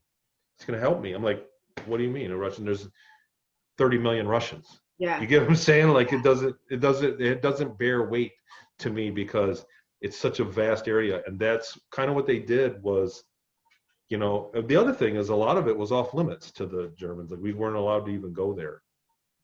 They never went there. The Pleiades was like a settled place that was not tradable, I think, back then. I don't know. But it was the shut up and don't worry about it Answer. term. Okay. Mm-hmm. That's interesting. I like that you specify that, because I hear people say that they're like the Pleiadians are helping us, and they're coming and they're going to. And And I'm not saying they're not necessarily. Could be people from the Pleiades, but I'm telling you, the Pleiades is not an address. It's that a okay. continent. It's a continent. You know, it's like people from Asia. Well, where? You What do you know, think about the Aquarius age coming and then this shift of energy? you know. I thought when I was a kid, I thought the song already said we were. I thought we were already in that. What's going on? Apparently December Like, 22nd, who 21st. determines this? You Well, know, there's like I some saw that stars too. that are aligned, and then there's supposed to be an energy shift. This is what I read. Well, remember the song that we had, the dawning of the age of Aquarius? Uh-huh. There was a song. Well, apparently, but we've been going into it for For decades. my whole Now, life. Yeah. yeah, our whole life we're going, but now it's really going into it, and it's going to be a planetary shift, is what people say. But I'm like, what does that mean? Who knows? Well, it could be there are very real different. Uh, so our like elemental chart doesn't have all the elements, and Right. I've got an argument with scientists before, but it's obvious I there's heard way this. more elements, Yeah. right? So it's this. Nassim Harriman talks about that. It's the same with electromagnetic radiation. We're not aware of it all. Right. The same with gravitational waves. We're not aware of all those. Our So science we is could, still outdated. yeah, there's a lot that we don't know. So what I'm saying is we could be going into a region of space that has a complete different set of gravitational waves from what we know, and could change your behavior, like the Schumann resonance, like lots of things. So Yeah. it could be just something like that. Like we can't forget we're going a million miles an hour through the cosmos following the sun. So Right. there's a lot of things we're going to come across. Obviously, it's not always going to be the same conditions. So that could be something completely new, for one. For two, we're going to get a disclosure, man. I mean, let's face it, the more people, you know, when I was a kid, there was like 3 billion people. Now there's like 7.5. Right. Right. Right. So just if you think about our subconsciouses, our subconsciously, how we work together and decide things. So it's twice as powerful now. And in a very short all the time, people in space too. and in a very short time, it's going to double again. So what I'm saying is our subconscious minds, if they all work together, are very powerful and going to be even more powerful in the near future. Right. So we are going to be on a new age, whether there's nothing they can do about it. There's no stopping it. You know, I think there was a plan on board to just kill us. And I think it got vetoed by other species, other aliens. You know, they don't want to deal with our souls showing up on their front door, kind of thing. So they were like, no, you can't do that. So that's what I'm talking about, is because that was their original world government plan. They were trying to depopulate all of us, and so then I think really Kennedy was the one. I mean, that talk about another presidential election that was fixed. The mafia fixed. They took the election from Nixon and gave it to Kennedy because they thought Kennedy's dad could control him. Right? Was that? That's just kind of what I heard. I don't know. I wasn't alive, but and then Kennedy wanted to break away and from the federal banks, and then they murdered him because he wasn't doing what they said, and then that's how this whole Q thing started, apparently. Yeah, and I think Kennedy also probably knew about the ETs because he was big on going to the moon. I think their very first disclosure plan was going to the moon, and I think they're still going to do that. I think they're going to plan on going to the moon and finding ruins or something there. And then the ETs can contact us and say that now that you discovered us, we can interact with you. And you get what I'm saying? Like, it'll give them an excuse to why they didn't talk to us before. And they can make up a whole brand new pack of lies and kind of bring your average person that's not aware of what's going on kind of into the fold slowly. I think that's what they're going to do. And then the reptilians, who have been underground for like 10,000 years or something, they think they own the earth. But they're the ones that are owning the people who are doing all the sacrifices, right? Mm-hmm. Well, all kind of intertwined together, which there's people who don't want the sacrifices happening. I think we can all agree that it's fucked up to murder, rape, and little children or any children, or like that's something that all people, no matter what country you're in, you can all agree that we do not stand for that. Like, no. Like we need to come together. And that's why I feel like you're so courageous, because you are standing up and you're saying this happened and it's not okay. And you're speaking out against it. And so much information for people, their brains can't even wrap around it, that they're just like, that can't be true. It's hard to explain it all, what I remember. The other thing that's important to realize is that it's hard to say it, but we do. Everybody does. You, me. Well, not you, you're a vegan, but most people do. Do you get what I'm saying? Like we kill animals. Right. We're meat eaters. Right. It's not a problem for most people to, and then people eat veal, they don't realize it's a child Right. of a cow. Yeah. So the reptiles look at us the same way. Right. They have just as much respect as for us as we do for animals. They think they're above us, that far ahead of us as we are ahead of animals, and they think we're animals. So that it's not, so you think about it like that, in that term. Yeah. They don't feel guilty about it. They don't have the morality issue of it the same way that we don't for animals, because we grew up eating in them the whole time. And it's the same mentality. It's that mentality. Right. So, and that's why it's been going on for a very long time with people that were indigenous. It's been going on, and there's a lot of other factors. You know, I've covered it. It's a big subject. It's a big subject, and I've talked about it. And people are gonna. It's one of those things I don't want it. If they keep it a secret, they'll keep doing it. Right. So that's why I talk about it. But you know, at one point globally, not too long ago, 1,000 years ago, globally, every culture committed ritual human sacrifice, and as well as cannibalism. Almost every culture in the world. And it's still happening. And when I tell people that there's videos of certain HRC doing things like that, people are like, no, there's no way. And I'm like, there is a way, and there's crazier things going on. And just because you say it's not happening doesn't mean it's not happening.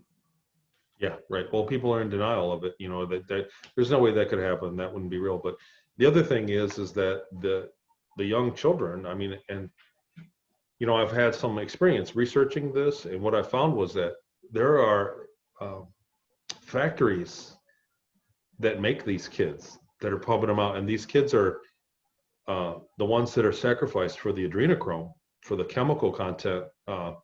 They're bred the same way that, you know, they're bred for the purpose. Yeah. And there's no birth certificate. These aren't people that are snatching off the street. These are kids that are coming from a factory. Where do you and think they're sold, factories are? excuse me, underground. I've heard China is a big supplier. Mm-hmm. But everybody, I mean, there's propaganda. Everybody wants you to hate China these days, but it's not a government that's doing it. These are corporations. And Right. but I've heard something like they're $2 million a kid, $3 million, $4 million these guys are paying, because the adrenochrome that they're getting is basically the limitless drug. It's they can drink the blood, and for a short time their IQ skyrockets. Right. And so they can solve great problems in their personal life with what they do with this. And that's the reason why it's banned. And all these people end up, because of this, just like in the Limitless movie, they end up controlling everybody. Right. Because they're smarter than everybody. They end up amassing great fortunes. Yep. They get great fortunes, and then they get great power to control. I mean, it's a logical thing. And once you're smarter than everybody, you're going to go that route. So and that's what's been going on throughout history.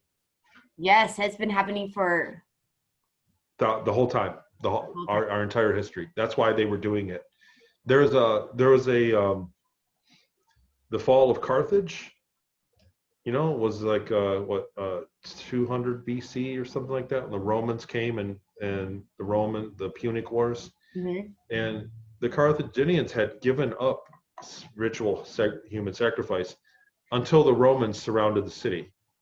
And then there's a lot of recordings that all of a sudden the nobility of the city began to sacrifice and eat their children, so that they could figure out a way to get the hell out of there. They were outnumbered. They were surrounded by an army, by the Romans. And in that moment, they knew they were all going to die. And so they began to sacrifice and eat their children, so that they could, you know what I mean? They were taking the adrenochrome so that they could try to figure out a survival strategy. It didn't work. They all got, Rome basically razed the city to the ground. But there's a lot of historical account to that. And so it's like, why would you do that? Do you get what I'm saying? Like, Yeah. what, nobody in their right mind would do that unless there was a tangible result, and that's really what that is. And I said this before, that Christianity, really the main change that Christianity brought upon the world was, other than bringing the kings in line, it got rid of ritual human sacrifice. Jesus said, "You'll eat my communion." Is That's what that is. He said, "You'll eat my body's bread, and the blood is wine." It's no longer, because remember, his disciples wanted to eat him. Right. Right. They thought that he was going to give them powers.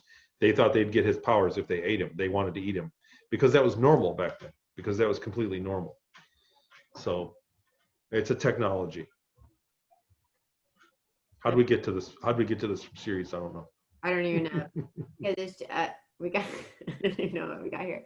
Because you talked about it in our last interview, how they made you taste it one time, and you just from one time you wanted more, even though you knew it where was it came from. later that morning. So that happened at night. It was a sacrifice in Seattle, in the very beginning. And that morning when I woke up, they put us out. I got drugged and knocked out, and they were channeling for whatever purpose we were using. But that morning, I plotted my escape. I had a moment of clarity, and I was smart. I remember it was like 4 or 5 in the morning, like 5 a.m. And I woke up and I started I went, I can get out of here. And I could visualize and plot my escape, exactly what to do. It was like I figured it out. And then later on, when the sun came up, it wore off and it went away. And I lost the ability. I remember I had I had confidence, and I had the ability to do that. And all of a sudden it wore off, and I went back to being damaged. Like, I went back to being stupid. Yeah. Do you think that's what they do to the soldiers? What do you mean? Is that what they're doing? Is they're like giving it to the soldiers and they go attack the other I don't know.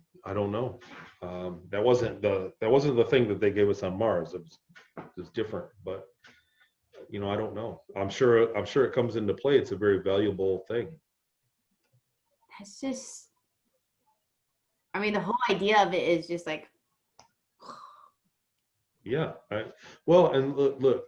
So, and put this in put what I'm saying in a basic form. These are things that people are going to have to acknowledge.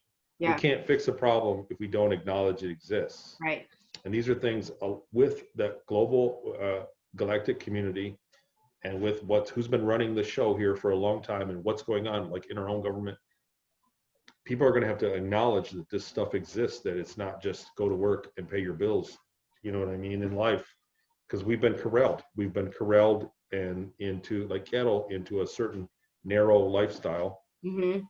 And nobody wants to pop their head up. And when they do, if somebody does say, hey, look over there, everybody thinks you're crazy, because they haven't been told by the masses that, you know what I'm saying, by the authority, that they should think that. No one told you to think that way. Why are you thinking that way? Right. I don't think like him. Yeah. My whole life, people like, why you ask so many questions? Why you ask so many questions? I got fired at this one place in Los Angeles. He's like, all you do is just talk back all the time. I'm like, but it makes no sense. The way you're doing it makes no sense. And like every day we would get in an argument about, like, because he's always like, but and then to me, I would just see everyone else that was working there, and they just put their heads down because they didn't want to get fired. I was like, that's what's happening on a bigger level. Everyone basically, on a global scale. Yeah, you're right. But okay, so that was way far off. Okay. So Heidi, I'm running short on time, girl. I know. I got to get rolling soon, so I hate to cut it off. So are we going to do part 3, but not in 6 months? Yeah, yeah, we'll do part 3. While I have you on, there was a guy who asked a couple questions from the last one. I think I have it right here. Okay. First of all, he asks, can you ask him in okay. He asked you about any healing technology. And is there any healing technology that you can talk about? Well, I'm not, that's like a vague question. I mean, me personally, both times, there were a few times that I got healed from catastrophic wounds. Right. And I didn't witness what happened. I was completely unconscious, and I just woke up when it was over. So I didn't witness it. There was another time I was badly burnt, and got fixed from that too. and it was the same thing. You know, they put me out for it. I didn't witness it, so I don't know.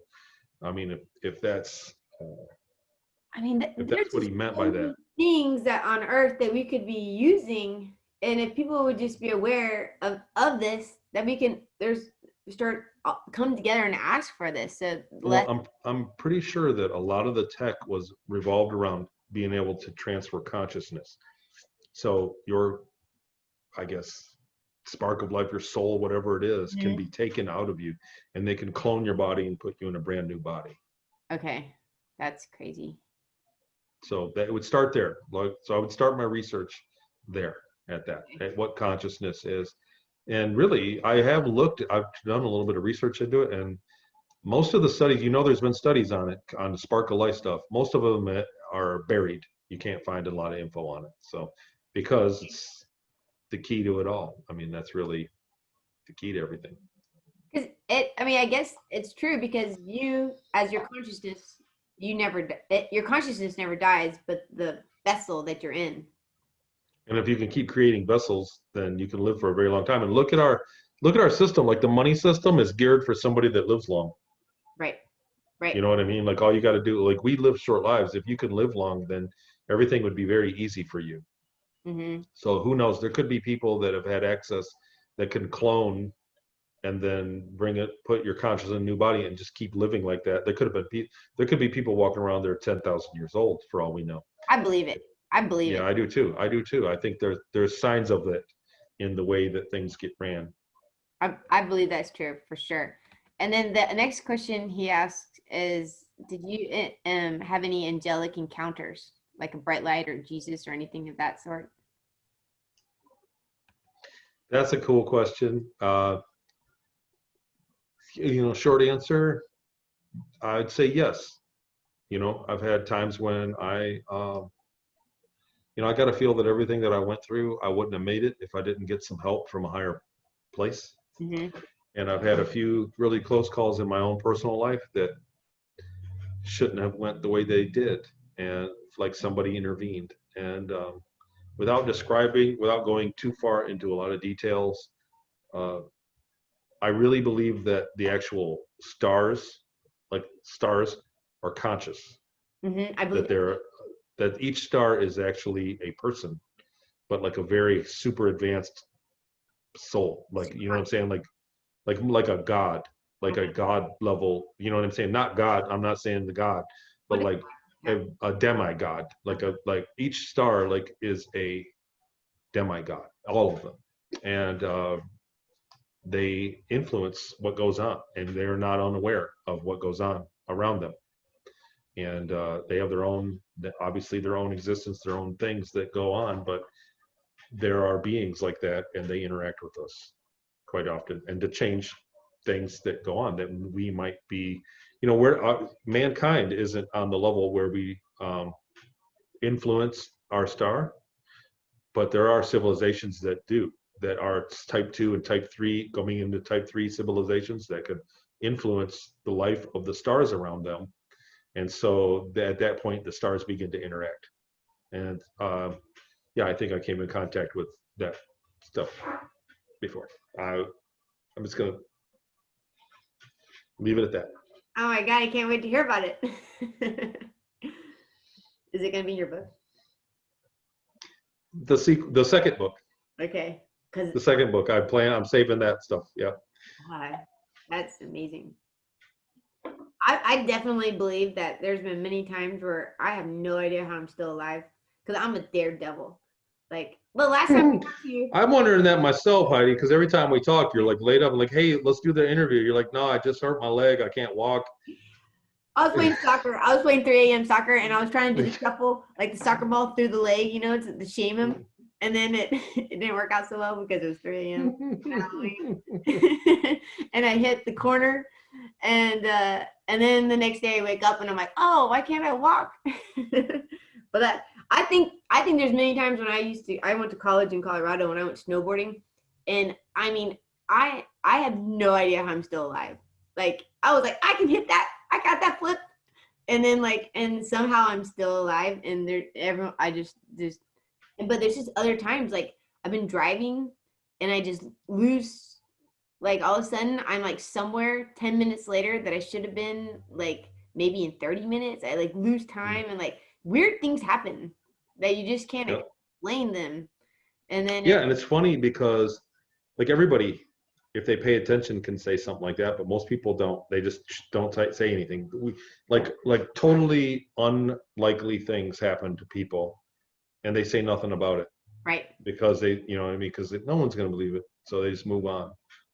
When I was in sixth grade, this guy, I swear to God, this guy came, and I met him. There was a lady who this young girl said Our Lady was appearing to her, and I wanted to go see. I was like, I want to see Our Lady. And so my friend's mom took us over there, and I don't know if I should be saying this on this channel. Oh. It is recording, yeah. Yeah, but it was a weird. I'm just gonna say, I'll tell you when we're not on camera. A We'll weird talk later.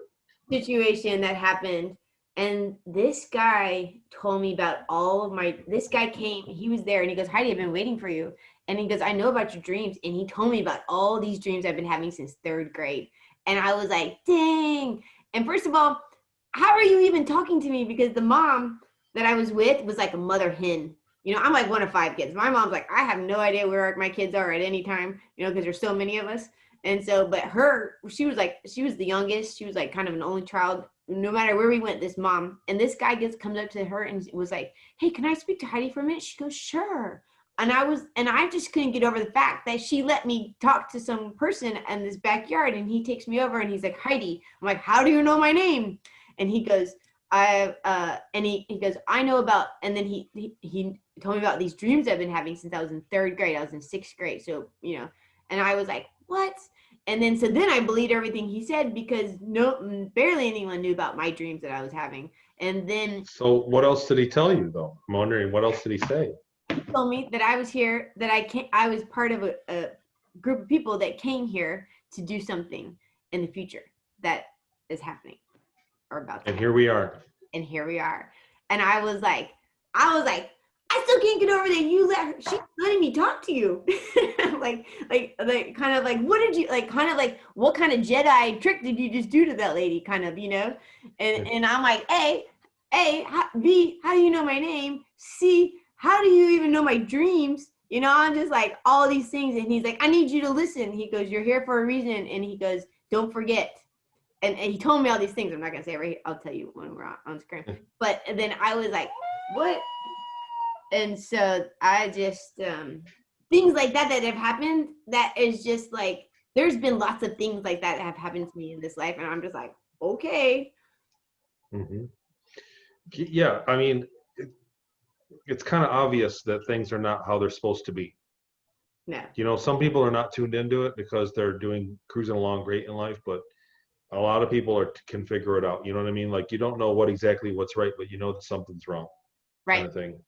That the world is different than what it is. So we're starting to see pictures. You know what I mean? Like, I got my memories back of what happened to me. Other people are talking about things. We're getting so many people that are coming forward that have psychic abilities. Like ESP. We're getting so much info on that. So it's starting to take a clear picture that people are, as a society, we're really starting to make leaps and bounds and grow into this. Okay, right before I let you go, can I ask you about your psychic? Since you were able to remember that, you have to have some sort of block to not being programmed.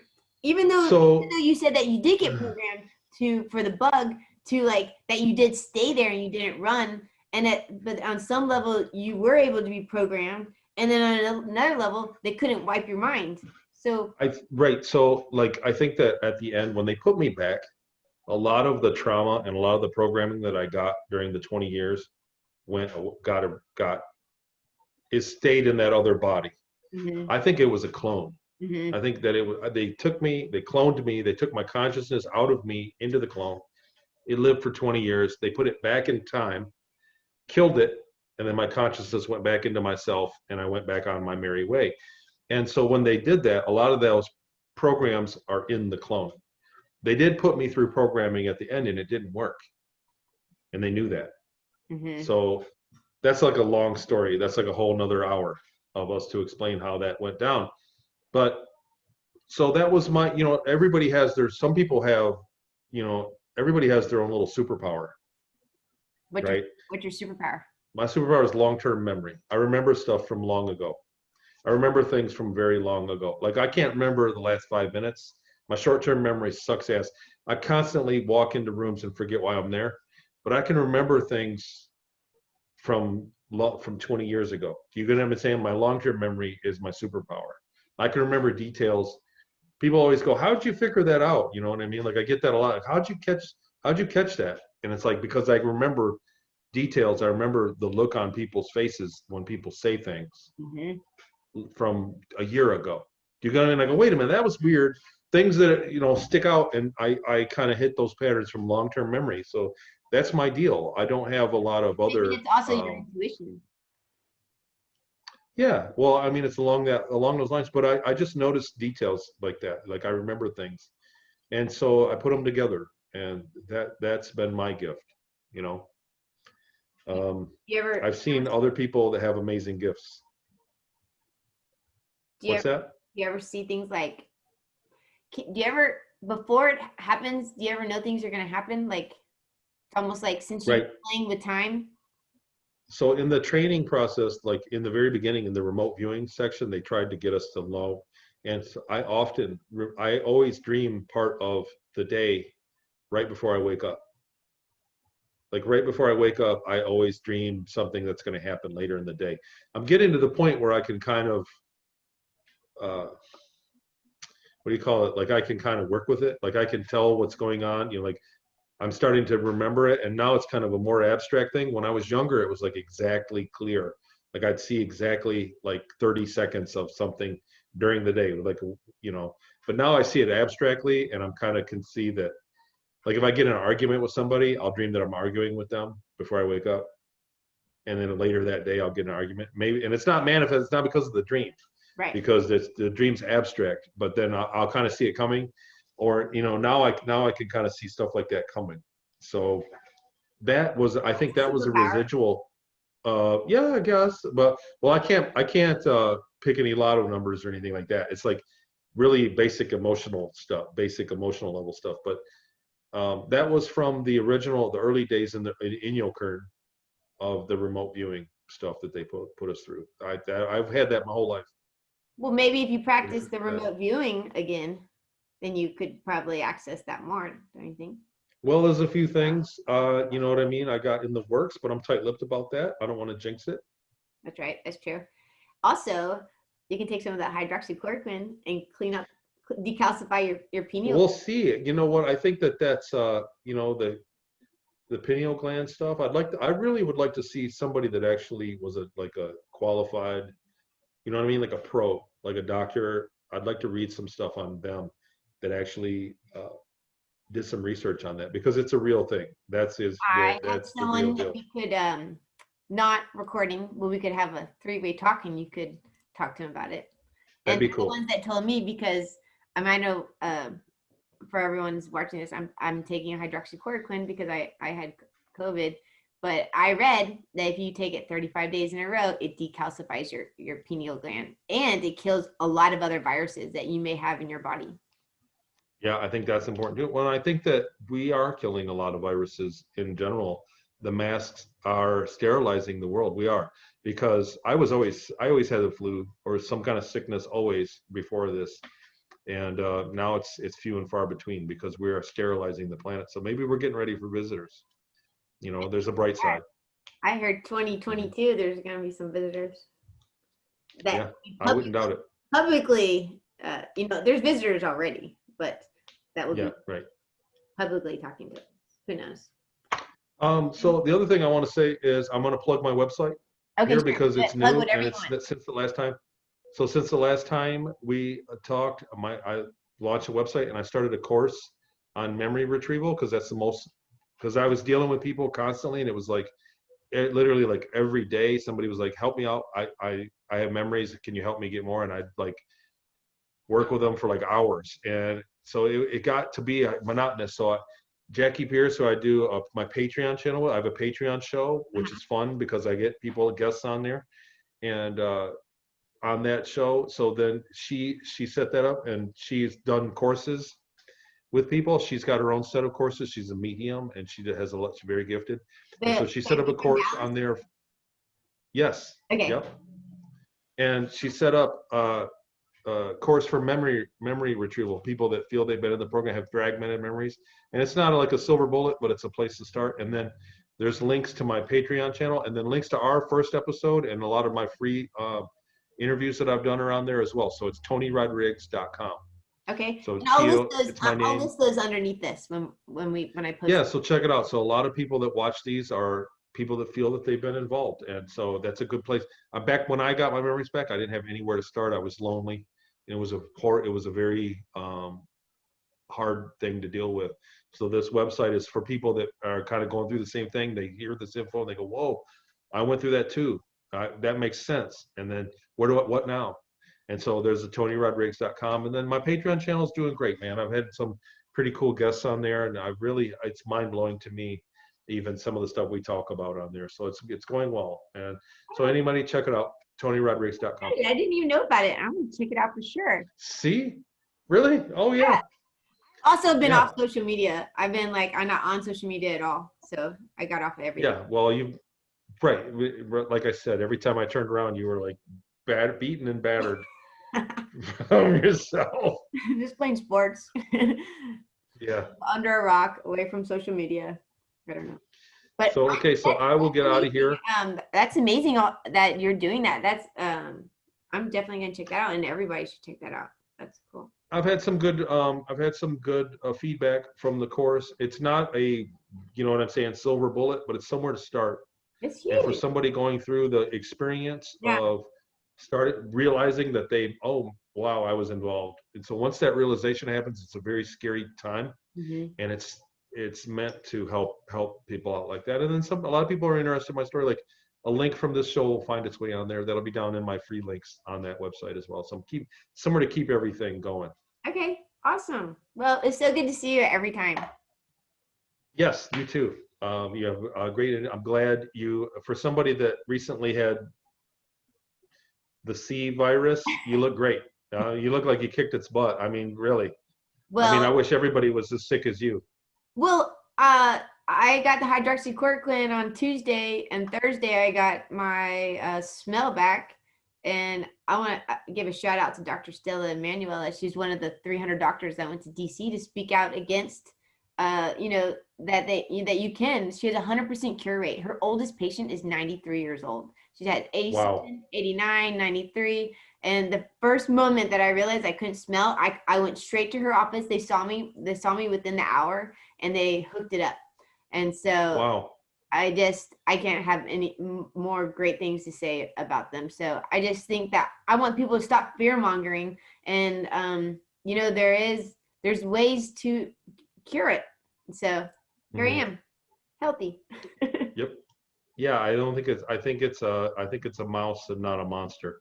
Right. And unfortunately, some people are very sick, and when they get to begin with, and they get it, and unfortunately, it's very hard on them. But I feel that for the rest of us, it's not the giant hydra that they pretended it was. So, yeah, I mean, anyhow, great to be here. Yeah. All right. Well, I'll talk to you soon, and everyone check out his page, and I can't wait to go check it out. I'm so excited. I love Jackie. Cool. I follow her stuff. I think she's so great, and she's an amazing person. She's so talented. It's unreal. She's just a dynamo of a person. She is. I've never met her. We were going to talk once, but she just has this amazing energy that you just kind of gravitate towards it. And so do you. But I think it's so great how you are helping everybody. You're giving so much of your free time all the time to helping other people. I think it's so amazing. Well, it's been and so the Patreon channel is a pay channel, and that's to fund the website. And then the course there's money involved there, but that pays for the website. Believe me, I'm not making a fortune off of it. But you know what I mean? I had to do that because it got to the point where it was I never had any free time at all. It was energy. If you're giving a service, then you give energy, you get energy, and money is energy. And exactly. I think that's perfect. You should receive something for that. So I agree. Yep.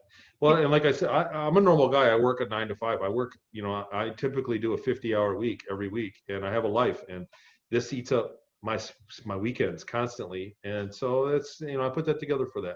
And So, you're writing a book, and mhm. you're working, and you're doing interviews, and you have a family, you have a life, you know? Yeah, right, exactly. And so, some people don't see it that way. So, But everyone, go on a Patreon, and you can go on a Patreon and you can donate whatever it is that you can donate, and you can be a monthly member, isn't it? Right?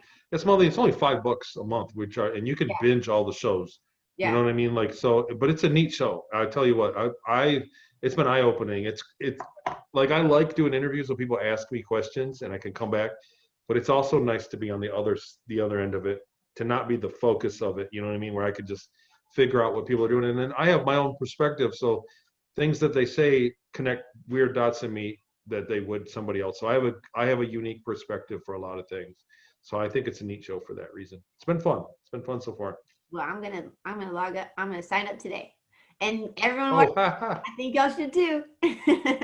Support. thanks. All right. Yeah, Well, Heidi. So look, we'll set this up. We'll do a third one because there's plenty more we can talk about. I know I could talk to Keep you going. forever, and I feel like it just goes by really fast. I just have so many Me questions too. because it's so interesting, and I'm so interested in just what's happening outside of what we've been told. Hmm. Right, Everyone, right. ask questions. And Ask questions. everybody should. Yep. Okay. Well, I'll get out of here. Thanks, Okay. everybody. Love you. Bye now. See ya. Love you too.